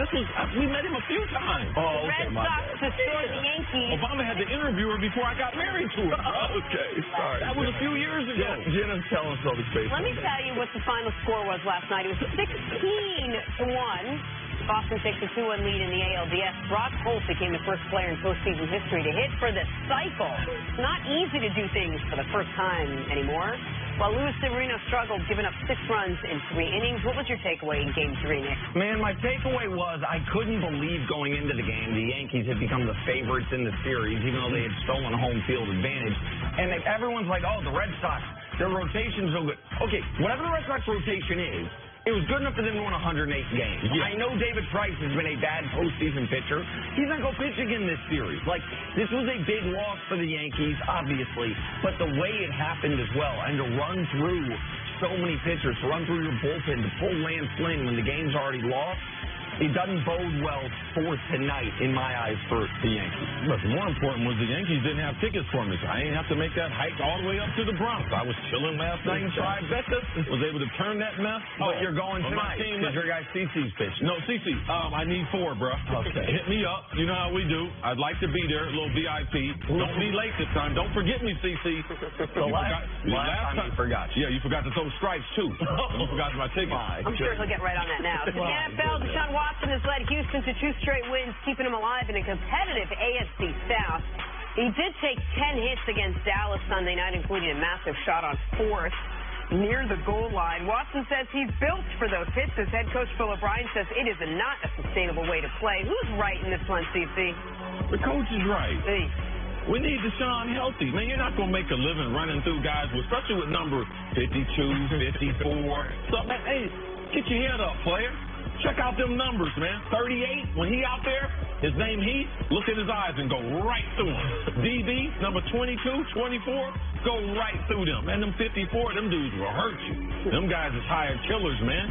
Know your personnel, bro. I get it, and I want Deshaun to stay healthy, but he also, in his defense, this play notwithstanding, is running for his life. He's running for his life. Run out of bounds. Okay. Run out of bounds, man. You're the franchise quarterback. It's tough. What happened to Jimmy G, bro? Jimmy, and I'm not talking about that date he went on. I know you're not talking. Well, you kind of are. But it's tough to run out of bounds on 4th and goal right before the half. What if he gets concussed? No, I get it. There's a risk. If Tom Brady runs out of bounds at 4th down right there, what do we say? Man, he's a smart quarterback. Aaron Rodgers, if he runs out of bounds, man, that dude is smart. Brother run into people, we think he ain't smart. Stop, man. Stop. Bad news for the Giants tackle Eric Flowers. To add to the other bad news he received a few weeks ago of getting benched. According to reports, he'll either be traded or released later today. See, you surprised by this? No, not surprised. There ain't no excuse for this, brother. Deshaun, I got an excuse for him. All right? But their excuse for him, dude been bad. Even when they drafted him, there were draft experts saying, man, they are really reaching for him. He is not a tackle. He is definitely not a left tackle coming out of the University of Miami. He has struggled in pro football. All right? They tried to move him back to right tackle. This is what we need, Jenna. I believe he's got some talent, but he needs to change the scenery. You know where I bet that scenery ends up being? Thing we were just talking about. What? Houston. Houston's tackles are so bad. I bet they would take a flyer. That's an upgrade. I think it could be. On Kendall Lamb or Julian Davenport, he, I think, was not as good, obviously, as his draft position would say, but also mentally got defeated. He became a punching bag. There was the Sunday night football game where I think he gave up 5 sacks last year to the same guy, and it just became, he was the only tackle in the league that was talked about like this. I think a change of scenery, if there's anything that's going to save him, it'll be that. Yeah, I still believe he can blossom somewhere else. Oh, all right. Flower. Well done. Sticking with the Giants, Odell Beckham Jr. made some comments in a sit-down interview over the weekend. They were not exactly complimentary of his quarterback, Eli Manning. Head coach Pat Shurmur was not happy about it. Yesterday, Eli Manning spoke about the situation. I don't watch Lil Wayne much, and so so I missed a lot of them. I think we coach handled the situation well. I think Odell, having him address the team and just setting the record straight from his point of view, and I think that was smart and big by him to get in that situation and kind of own up to what was going on and just kind of set the record straight so we can just avoid the distractions. All right, see, do we believe everything Eli's saying? Is there anything to worry about as far as chemistry goes between Eli and his wide receiver? No, you can't believe everything that Eli's saying because Eli, man, he's the consummate pro. He's the team captain. He's going to say all the right stuff. And in saying all the right stuff, does that mean there's 100% true? No, but you're not going to see that from Eli.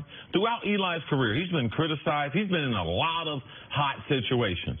And he addressed most of them with humor, just like that. Eli's from New Orleans. He knows who Lil Wayne is. He does watch Lil Wayne. All right? So him just using the humor to unarm the media and everything, but he addressed some things that are very, very important because Odell didn't have to do this before. When Odell had made mistakes before, the team, they might have addressed them, but they didn't have Odell address the team. So Odell addressed the team to say that he had made a mistake or to try to put a spin on what was actually in the interview. So I believe that was very, very positive from Pat Shurmur to be able to get out ahead of that. So the team knows it's not the head coach. And the head coach is not going to support the behavior. But Eli, man, Eli is going to say all the right stuff. That's all he's ever done throughout his career, and you got to respect him for being that and for doing that. Listen, Eli has earned a ton of respect.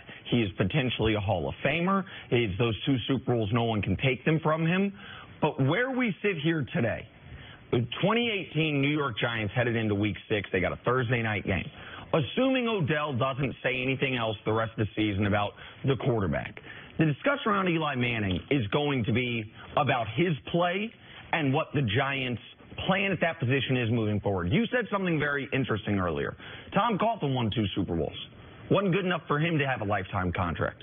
Eli Manning won 2 Super Bowls. It ain't good enough for him to have a lifetime contract. That pass. No, he don't have a lifetime contract. But the organization decided in the next couple of years what's the best way to move forward. That's not a lifetime contract. It's a business decision as far as do we want the veteran quarterback who brings some leadership to this locker room, or do we turn this team over to Odell and draft potentially Sam Darnold, Josh Rosen? Now imagine those quarterbacks playing with Odell being the voice of that offense and the voice of the Giants. But the point that I'm making is you're right. This offseason, they made a very clear decision. The next 2 or 3 years, we're rolling with 10.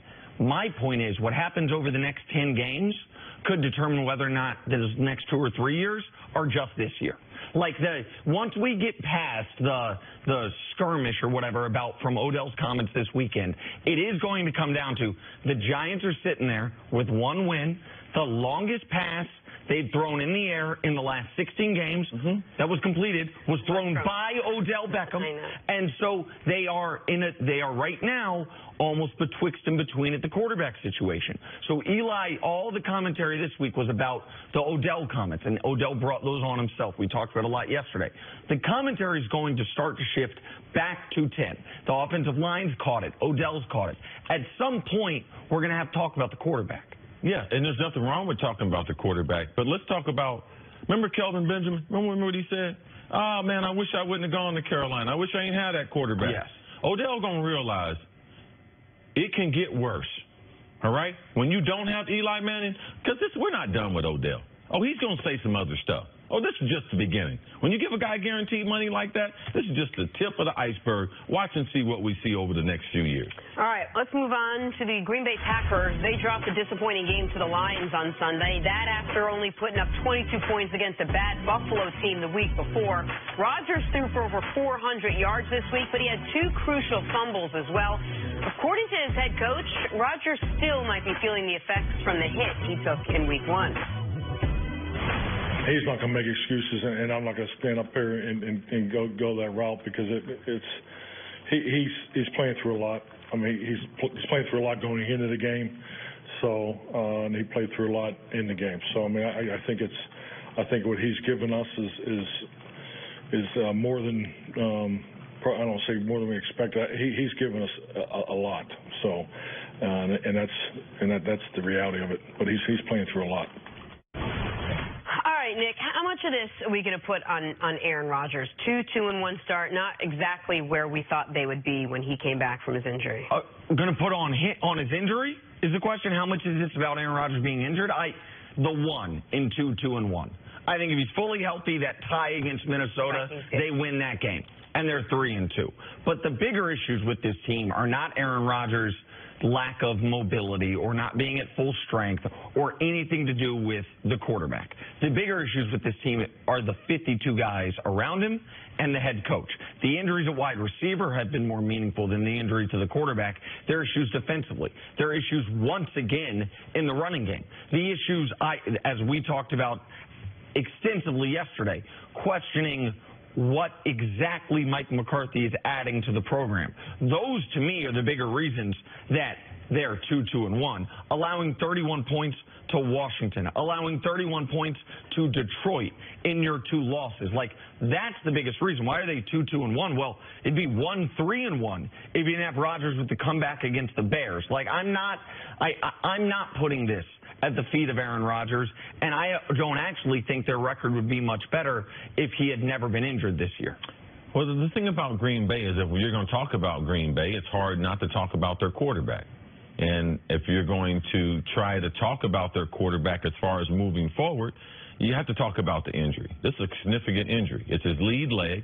He's probably the best thrower, mobile quarterback that we've ever seen playing pro football. He's so accurate even on the move. It breaks down the defense. So what they're able to do when he's healthy is, I understand what the coach is saying. The coach is saying Aaron is struggling to get through a lot because the body he's used to playing, that body's not available. So now he's just relying on his brain and on his arm. And he does not have the type of talent, and they don't have the type of system like New England's where they can get the ball to 5 or 6 different guys. And the injuries, not only to Aaron, but to this wide receiving core, where Aaron hadn't been practicing. Now the wide receiving core is not practicing. These things they affect your team that offensively, you're not going to be as good. So who is Green Bay when they are a mediocre offense? They're an average football team.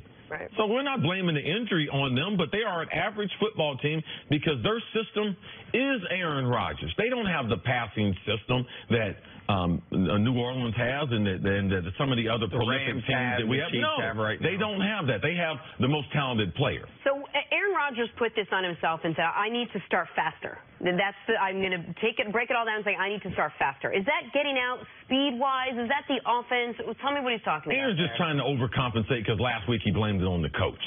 Last week he said, man, we need to do this offensively. So what he should have said was, this is what I need to do. That's what you want to hear players doing when they're doing their interviews, talk about themselves and or support their teammates. But Aaron getting off to a fast start, that would help. Aaron knows the first 15 plays. He knows where the ball should be going based on where the coverage should be. So, yes, he should take some ownership in them not starting fast. And the Packers, though, they are going to be able to get a bit of a hard reset on their season. They play the Niners on Monday Night Football this week. Then they have a bye. I think even with the issues the Packers have, they should be able to beat C.J. Beathard and the Niners. Then they have a bye.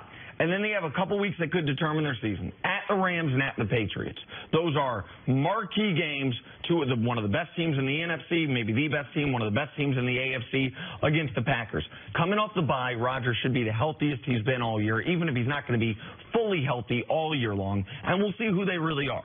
Is this going to be a team that's going to fight and claw for the 6th playoff spot in the NFC, or are they potentially going to have a home playoff game by winning their division? That will be determined by how they do post-bye in a few weeks. And how refreshing it'd be for him to not have to play catch-up or come from behind in the 4th quarter again. All right, take a break. Coming up, we look back on Drew Brees' amazing night. Next on First Things First.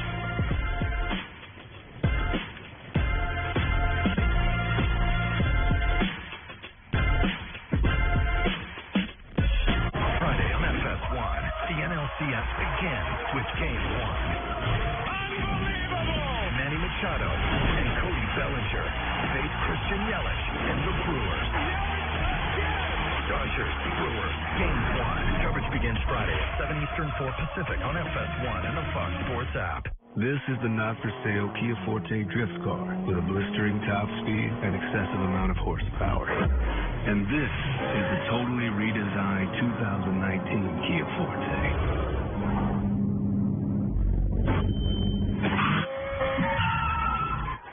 We built one of them with an available smart trunk. You know, so you could tell them apart. Right now, lease the 2019 Forte LXS for $169 a month. Golden Corral's Beef Lovers Banquet with our all-new bacon wrapped sirloin filet, smoked beef brisket, portobello, top sirloin, and golden delicious shrimp. The Beef Lovers Banquet. Golden Corral, your choice. Rules. You should let a wall like that intimidate you. Or see the welcoming bourbon in front of you. It's your call. Jim Beam on the rocks. Make it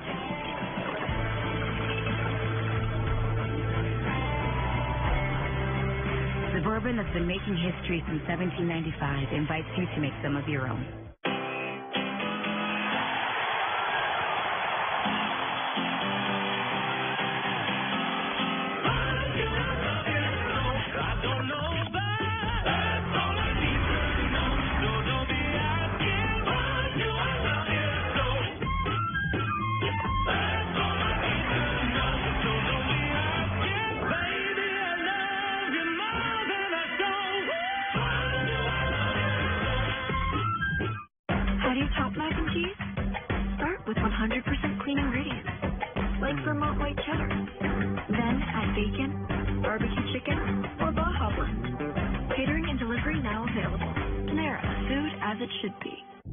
Challenges facing the country never stop.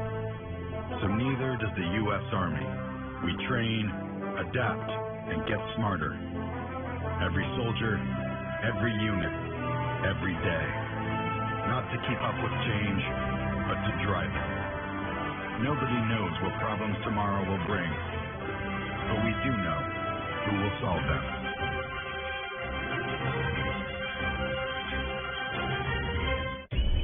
This is your wake-up call. If you have moderate to severe rheumatoid arthritis, month after month, the clock is ticking on irreversible joint damage.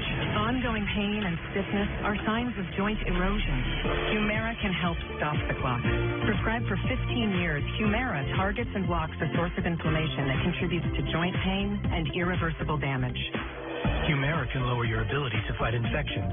Serious and sometimes fatal infections, including tuberculosis and cancers, including lymphoma, have happened, as have blood, liver, and nervous system problems, serious allergic reactions, and new or worsening heart failure. Tell your doctor if you've been to areas where certain fungal infections are common, and if you've had TB, hepatitis B, are prone to infections, or have flu-like symptoms or sores. Don't start Humira if you have an infection. Help stop the clock on further irreversible joint damage. Talk to your rheumatologist. Right here, right now.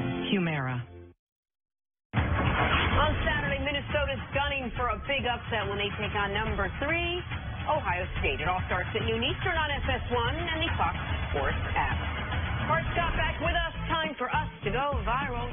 Check this out. A new billboard of LeBron right outside the Staples Center that says it's only a crazy dream until you do it. It's part of Nike's Just Do It campaign. Pretty cool, huh? Man, that's a hell of a lot more expensive billboard than one they had in Cleveland. That witness thing was on some warehouse right by the river. Like, I don't know how much it cost, but this in L.A., like Staples? Yeah, it's just like LeBron. In Akron, free. In L.A., really expensive. But they're going to add probably Anthony Davis to that billboard next year. Because he bought the home in L.A. Absolutely. Yeah, okay, Clutch Same Sports, agency. decided to go with, Same agency. New house in L.A. Makes sense. That would be it'd be an interesting little 1-2 punch in Los Angeles. I still think they got their sights set on Kawhi. Everyone thinks Anthony. Would you say Kawhi before Anthony? No, but Kawhi's going to be a free agent. Anthony Davis has to be dealt. Now, maybe he'll execute his pre-agency a year out like a lot of guys are, like, hey, trade me now or you're going to get nothing for me. But I've been for years saying when Boston folks were like, hey, we're getting Anthony Davis, I've been poo-pooing it. So I'm not all of a sudden going to say the Lakers going to get him. What? See? Celtics fans are poo-pooing you right now. Yeah, for real. Back to Monday Night Football. Some real poo-poo. Any excuse to say poo-poo. Somewhere out there, there's a short kid with short parents who will wake up this morning with the confidence he can be a star quarterback. Thank you, Drew Brees. I want to make sure you know he's not going to grow too tall. At just 6 feet tall, the second-round pick out of Purdue broke the NFL's all-time passing record last night on that touchdown pass to Chase Smith. Brees finished the night with 363 yards in the air as the Saints rolled to a 43-19 win over Washington. After the game, a very pleased, a very humbled Drew Brees. It's hard for me to reflect too much right now just because my career's not done. There are still goals to be accomplished. There's still challenges to be met. And so I'm still very focused on that. And yet when something like this happens and I can, there's so many people that are responsible for that can be a part of that, it makes me happy. It makes me proud and it makes me extremely grateful for the opportunity to play this game, to have played it as long as I've been able to play it, to have wound up here in New Orleans, which you all know that story. So it's been an unbelievable journey, and I'm just so grateful. All right, Broad, Brees' accomplishment aside, what makes this version of the Saints so difficult to stop? Well, I want to go back to what you said about the short parents and the short kid, right? And that short kid that he inspired already won a Super Bowl because it wouldn't be no Russell Wilson if it wasn't for the success of Drew Brees, showing that a quarterback under 6 feet can really operate and not get his balls batted down, not be too small, not be able to win games and win a Super Bowl. I think he inspired and changed the narrative and changed the stereotype that you had to have a 6'6", 6'4" quarterback that was a pocket guy. He's a guy with not the biggest arm, but an accurate arm. And to answer your second question about, what version of this Saints team, I think it's dangerous in the Dome, but I think it's important for them to make sure that they win that division and hope that they improve that record so that the playoffs can go through that Dome, because they're a much different team on the road. They're a fast surface team. They're a Dome team.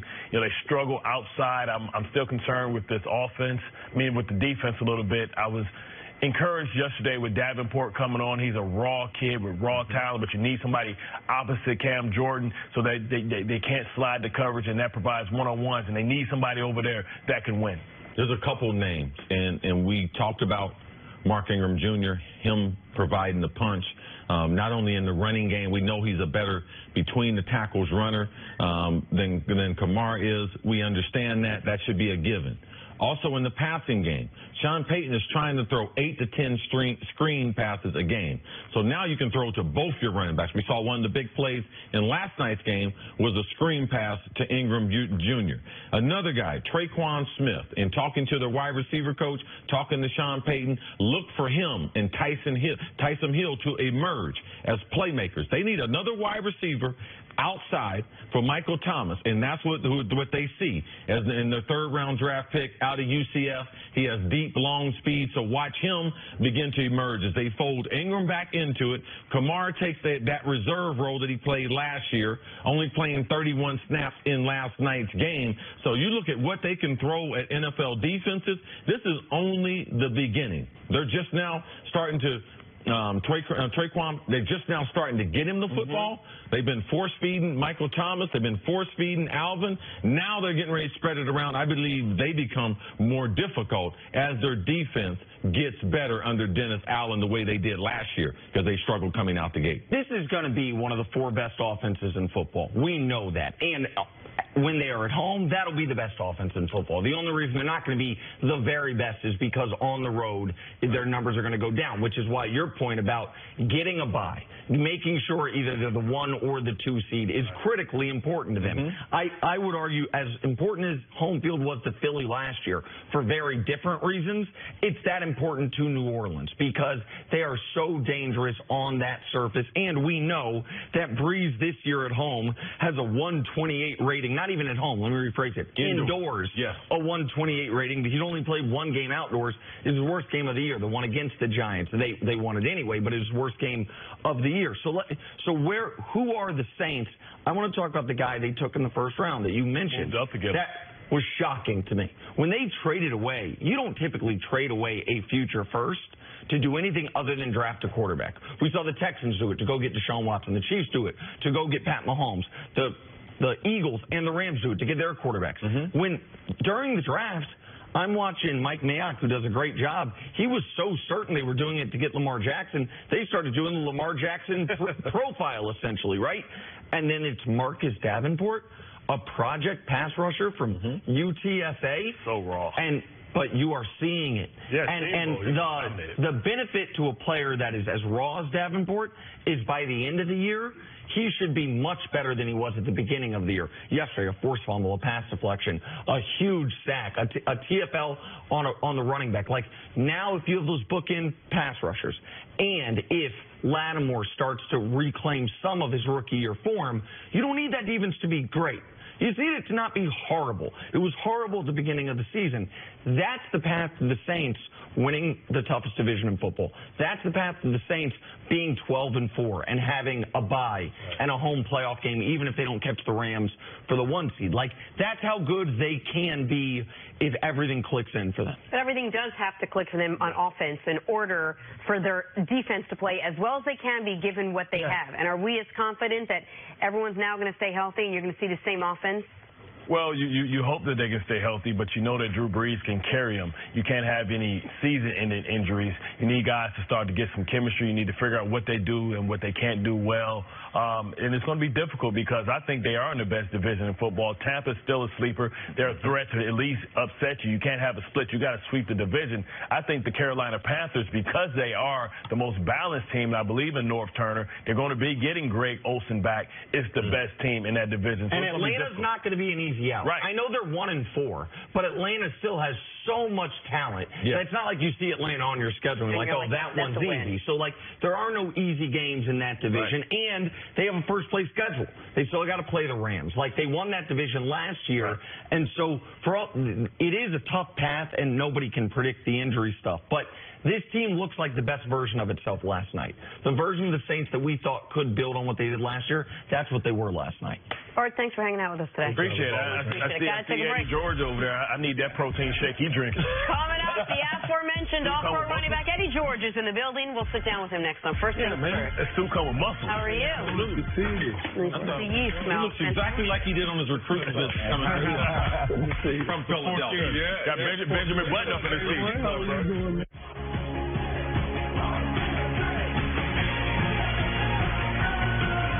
Every place offers something different and unique. How do we continue doing this like all the time?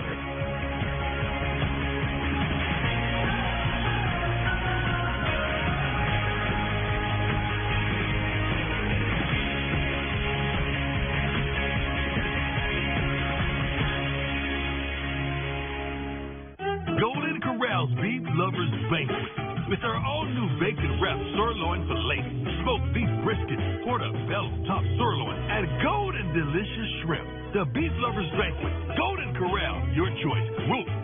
Bush is partnering with the National Forest Foundation to protect America's backyard. And you can do your part just by cracking open a bush. Cool. Doing my part. For the trees.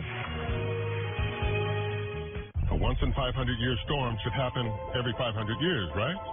Fact is, there have been 26 in the last decade. Allstate is adapting with drones to assess home damage sooner. And if a flying object damages your car, you can snap a photo and get your claim processed in hours, not days. Plus, Allstate can pay your claim in minutes. Now that you know the truth, are you in good hands? Today's Best Western rewards you in a flash. Get a free night pass with points that never expire at over 4,200 hotels worldwide. And get double rewards points on every stay. Book now at bestwestern.com.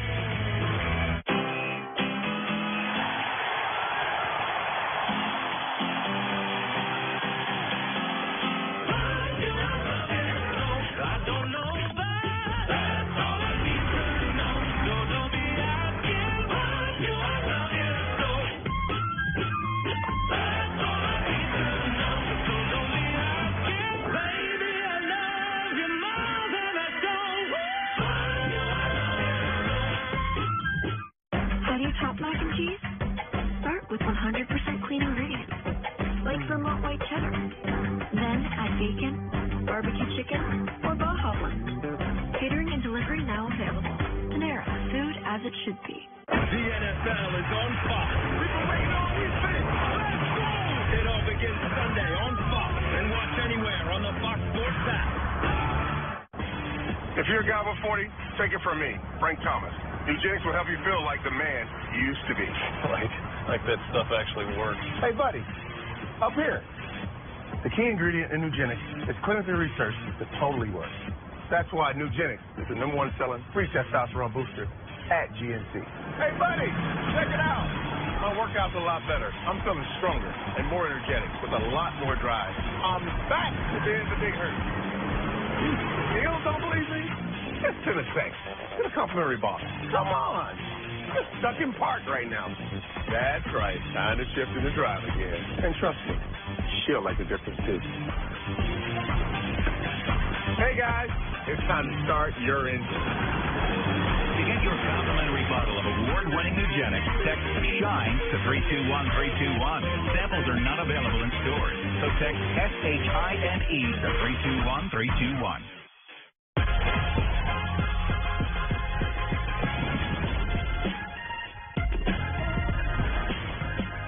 Welcome back to First Things First. Former All-Pro and Heisman Trophy winning running back Eddie George joins the show. Hi, Eddie. Oh, it was a pleasure. Oh, it was a pleasure. Great to have you here. This is gorgeous. It's a place we call First Things First, but for now, for this segment, we'll call it the Heisman House. The Heisman House, yeah. All right, I like that. I'm comfortable with that. All right. right, Eddie, we've been talking a lot about Ezekiel Elliott this week, why the Cowboys didn't use him more in the early part of the season, despite only gaining 54 yards this past week in a loss to Houston. He still leads the league in rushing by a considerable margin. Cowboys are 2-3 with a heavy load of the offense on Zeke's shoulders, which prompted Zeke to mention that his lack of production at times can be a little frustrating. So I ask you, as a former running back, why is Zeke frustrated? Talk me through what's going on with him. Well, he's not used to running through the holes that he was used to running through his rookie year when he rushed for 1,600 yards. And that's because he had Whitten and he had Dez Bryant on the outside who could stretch the field, who had the threat of stretching the field. He may not have shown it in numbers, but at least he was out there. Now he doesn't have those pieces and parts. And now they're going to have to lean on him week in and week out, maybe touching the ball, probably a total this year, close to 400 yards in passing, and catching the football and running the football. And they're going to have to lean on him because he's their best player. And that's where the frustration lies. I've been in that situation with the Titans.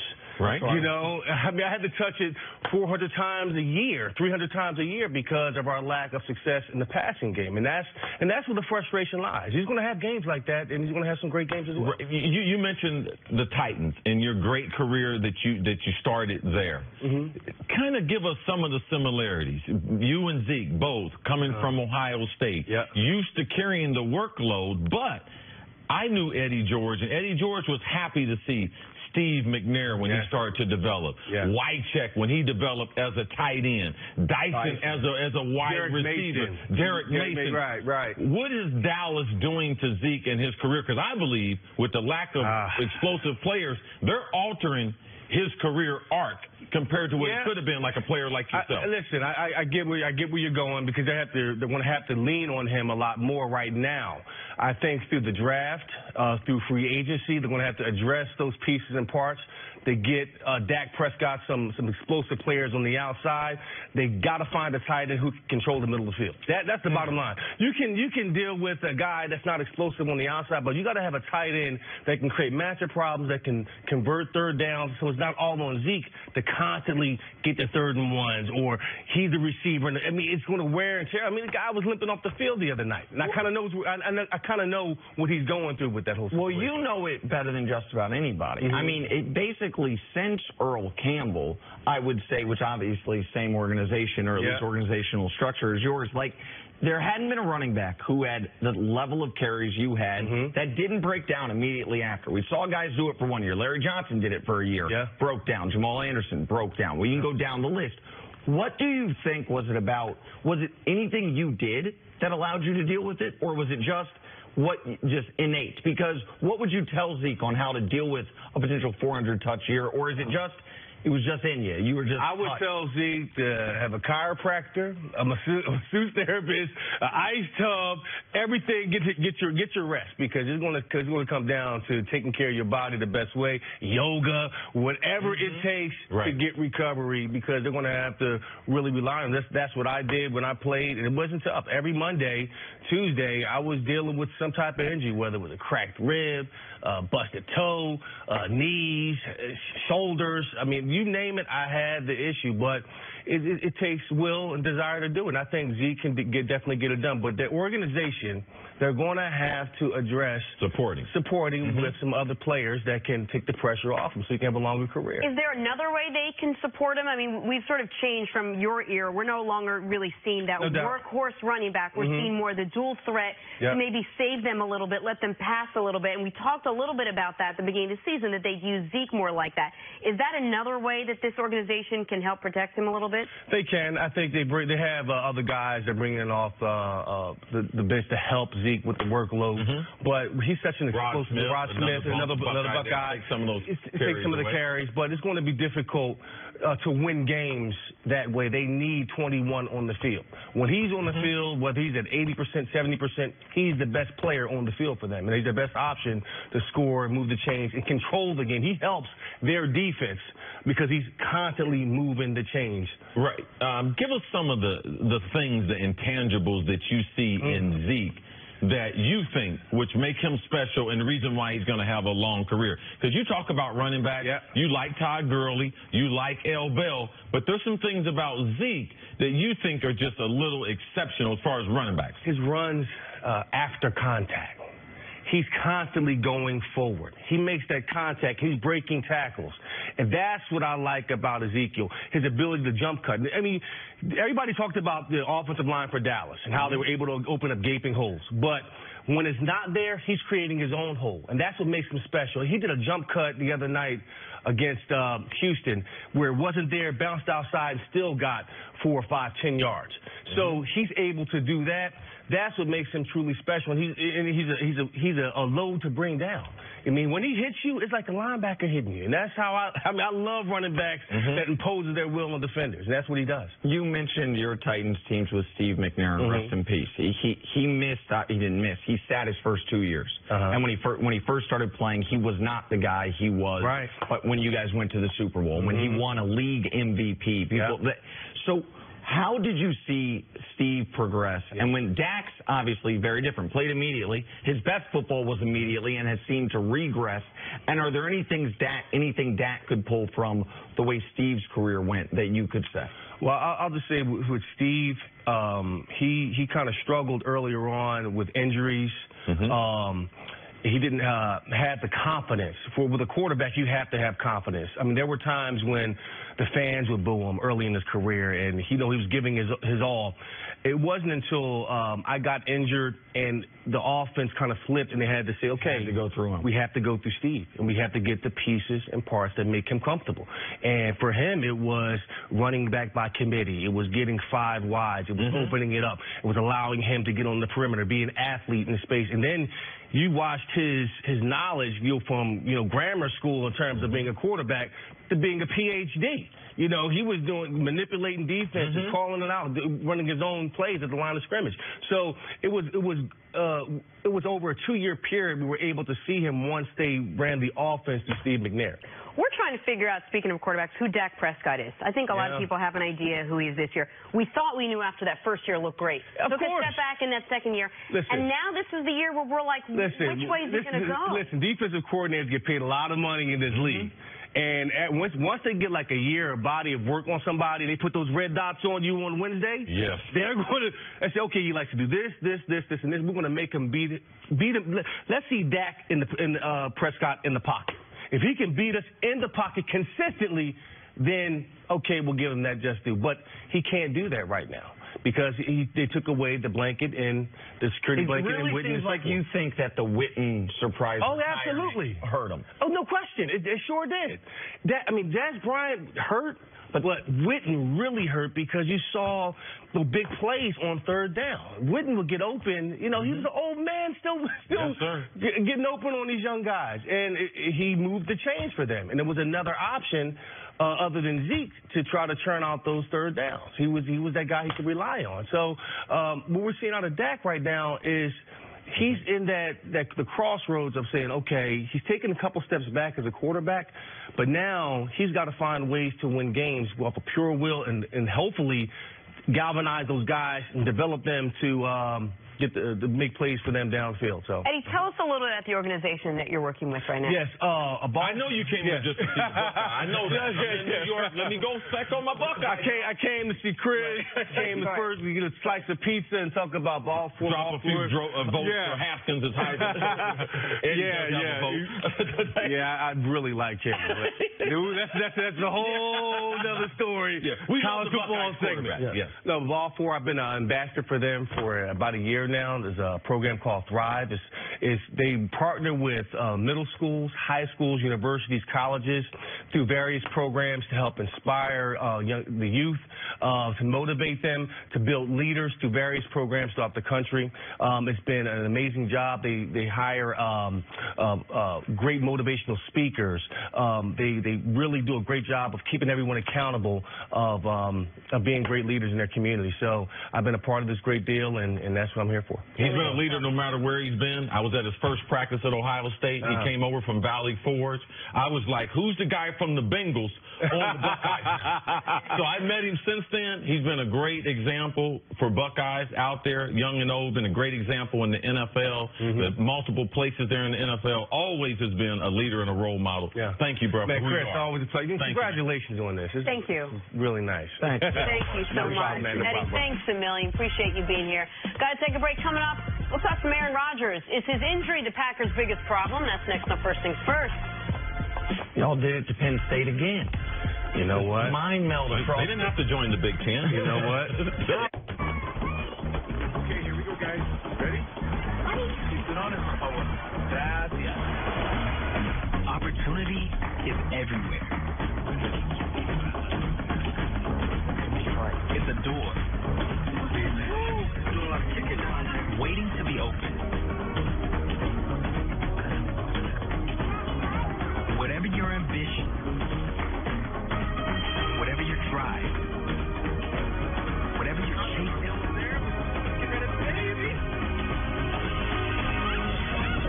opportunity is everywhere.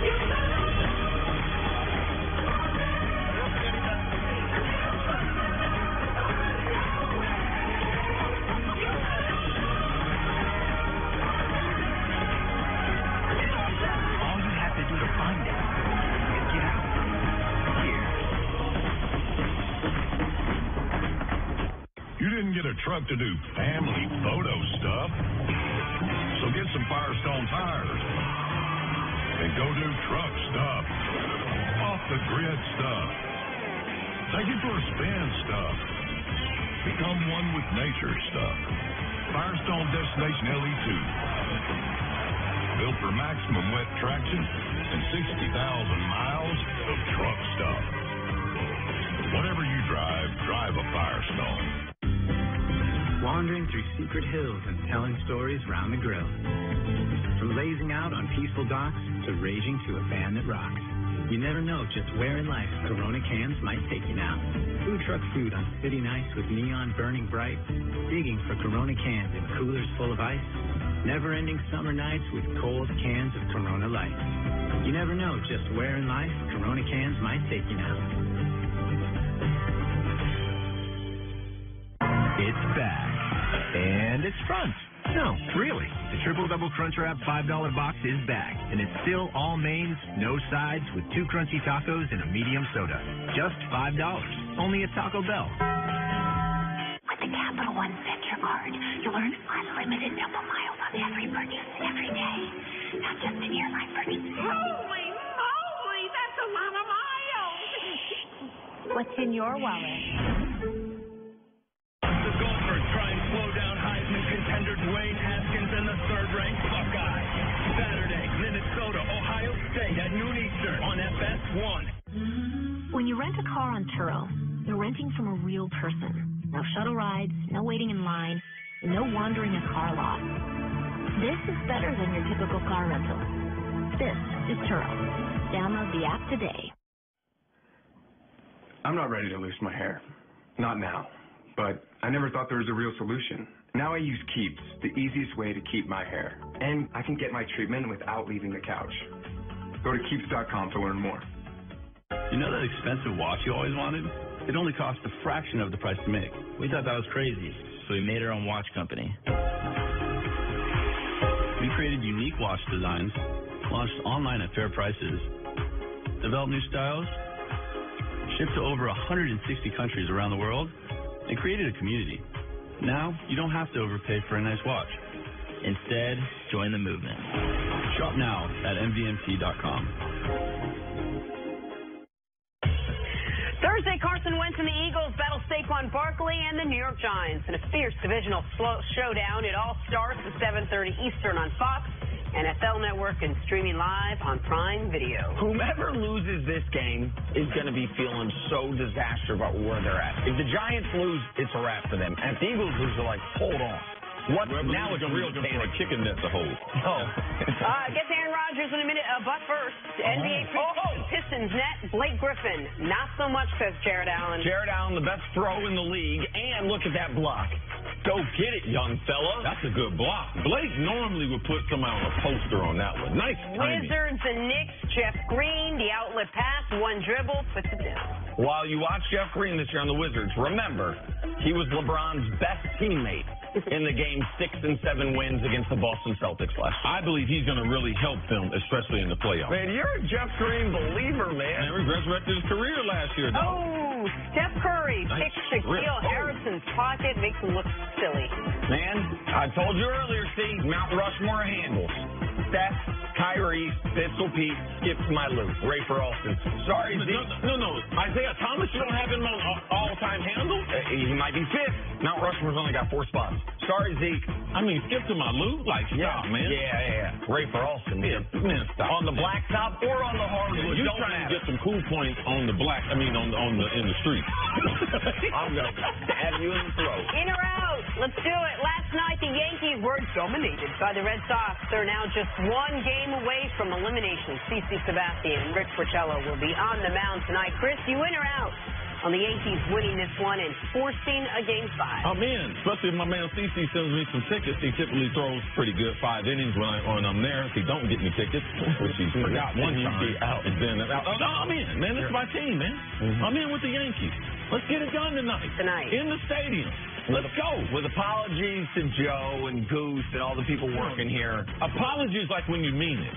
The Yankees ran through their bullpen yesterday. The Red Sox been better than them all year long. The Red Sox were on an all-time winning pace with about 40 games left in the season. I'm out. The Red Sox, Astros, the 2 best teams in baseball all year, both make quick work of their divisional Nick, series. we're not surprised. Why? But Joe, Goose, we're out on you. Okay. Out on Nick Wright.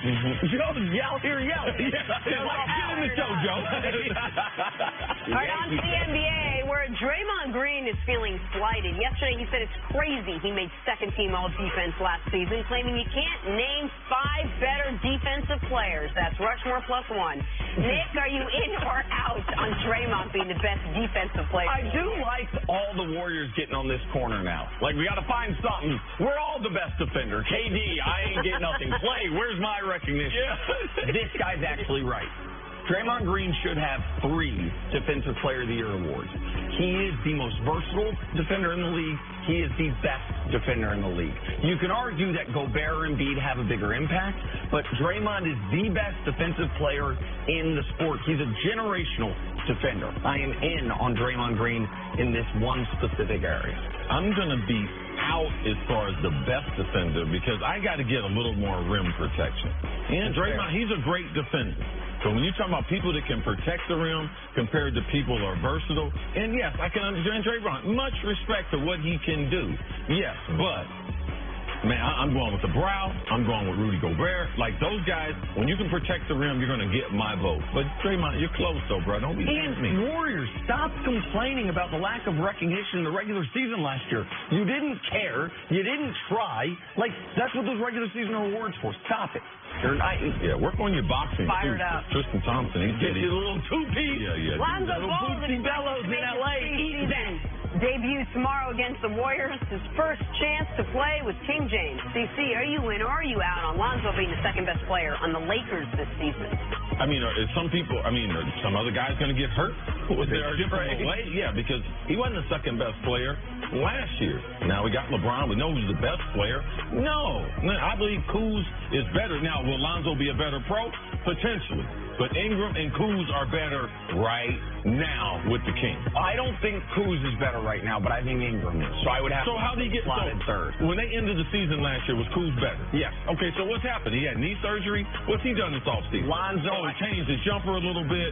Okay, see, I don't know if you know this. Every athlete, they're like a building, and it's how many floors does the building have, right? So a smart man told me this. A Hall of Famer told me this. Lonzo's buildings got a hell of a lot more floors than Kuzma's. Yeah, but you got to build the foundation. That was the part you didn't. You got to build a deep foundation to do a deep building. Like, you can't do, like, one story under the earth. Yeah, he had to dig that up. His dad gave him one story. We had to dig that up. LeBron did. Put him down in the ground about 5 stories. He's just now sprouting up. A bean sprout. Okay, right now. Okay? I'm out because he's the third best player on the Lakers. LeBron, Ingram, Lonzo, Kuzma. Don't forget about Josh Hart now. Josh Hart's going to be an interesting player for them. Bob the Builder. On to the NFL. Usually Aaron Rodgers dominates the Lions, going 13-4 against them in his career. But Sunday was different as the Lions dominated the Packers. And according to Mike McCarthy, Rodgers still might be feeling the effects from the hit that he took back in Week 1. Nick Wright, you in or out on the Packers winning their division this season? Right now, I got to be out. You're telling me it's the Packers versus the Vikings and the Bears? Yeah. I'm out. Like, the Bears, all they need is mediocre quarterback play. The Vikings, all they need is their defense to get back anything close to where it was last year. The Packers have the most question marks, and they're behind those teams. Like, no, I'm out. Sorry. I got to be out. I believe the Bears are much improved. I believe Trubisky is going to surprise a lot of people there with the new coach. I'm out. The Vikings are definitely better than the Packers, too. They've already gotten the tie there. They got to come to Minneapolis later in the season. I'm out. Two teams better than the Packers. All right, finally, Drew Brees etched his name in the NFL history books in his 18th season, still performing extremely well. 11 touchdowns, 0 picks, 190 attempts. So, CC, are you in or out on Brees being the best quarterback so far this season? Yeah. No interceptions? None. No interceptions. 80% completion? 78. I mean, who can do that? It's like a video game. It's like make-believe. Like right now, Drew Brees is playing like if you were quarterback in Madden, you're quarterback in Drew Brees. No, right now, I'm in with Drew Brees. I mean, the numbers speak for themselves. If he does end up being the best quarterback in the league this year, it'll be the first year that's ever happened in his career. It's one of the few accomplishments he doesn't have. I'm out right now, though. Right now, I think Pat Mahomes has been the best quarterback in the NFL this season.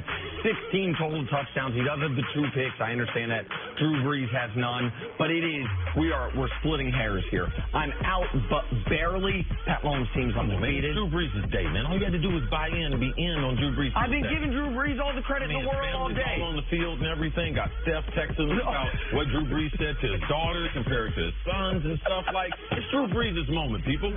The goal on this show is to share as much as possible. Drew Brees, I love you, man. There ain't no shame in being the second best quarterback so far this year. Talk to your daughter also. It's not, Jenna. Oh, my goodness. Got to take a break. Coming up. Getting yelled at. We'll take this out. Well, a season-ending injury snapped the Eagles out of their Super Bowl hangover. That's next on First Things First. Story of my life. Take it out. I don't like it. Yep. Pull it out. Fight can't start till you get home.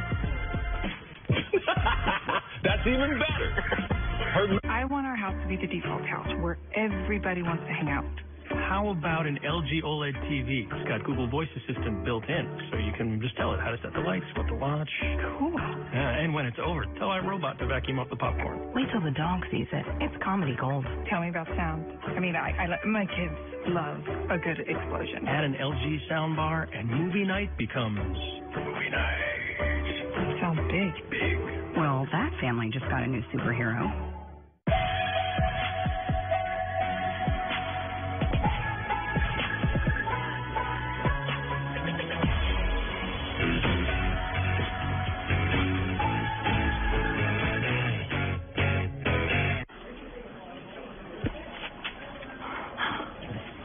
Budget meeting. Sweet.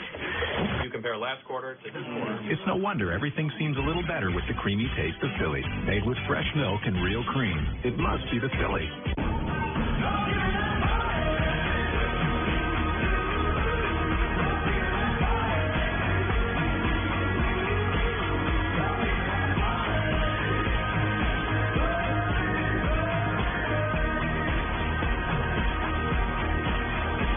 The Escalade reviews are in.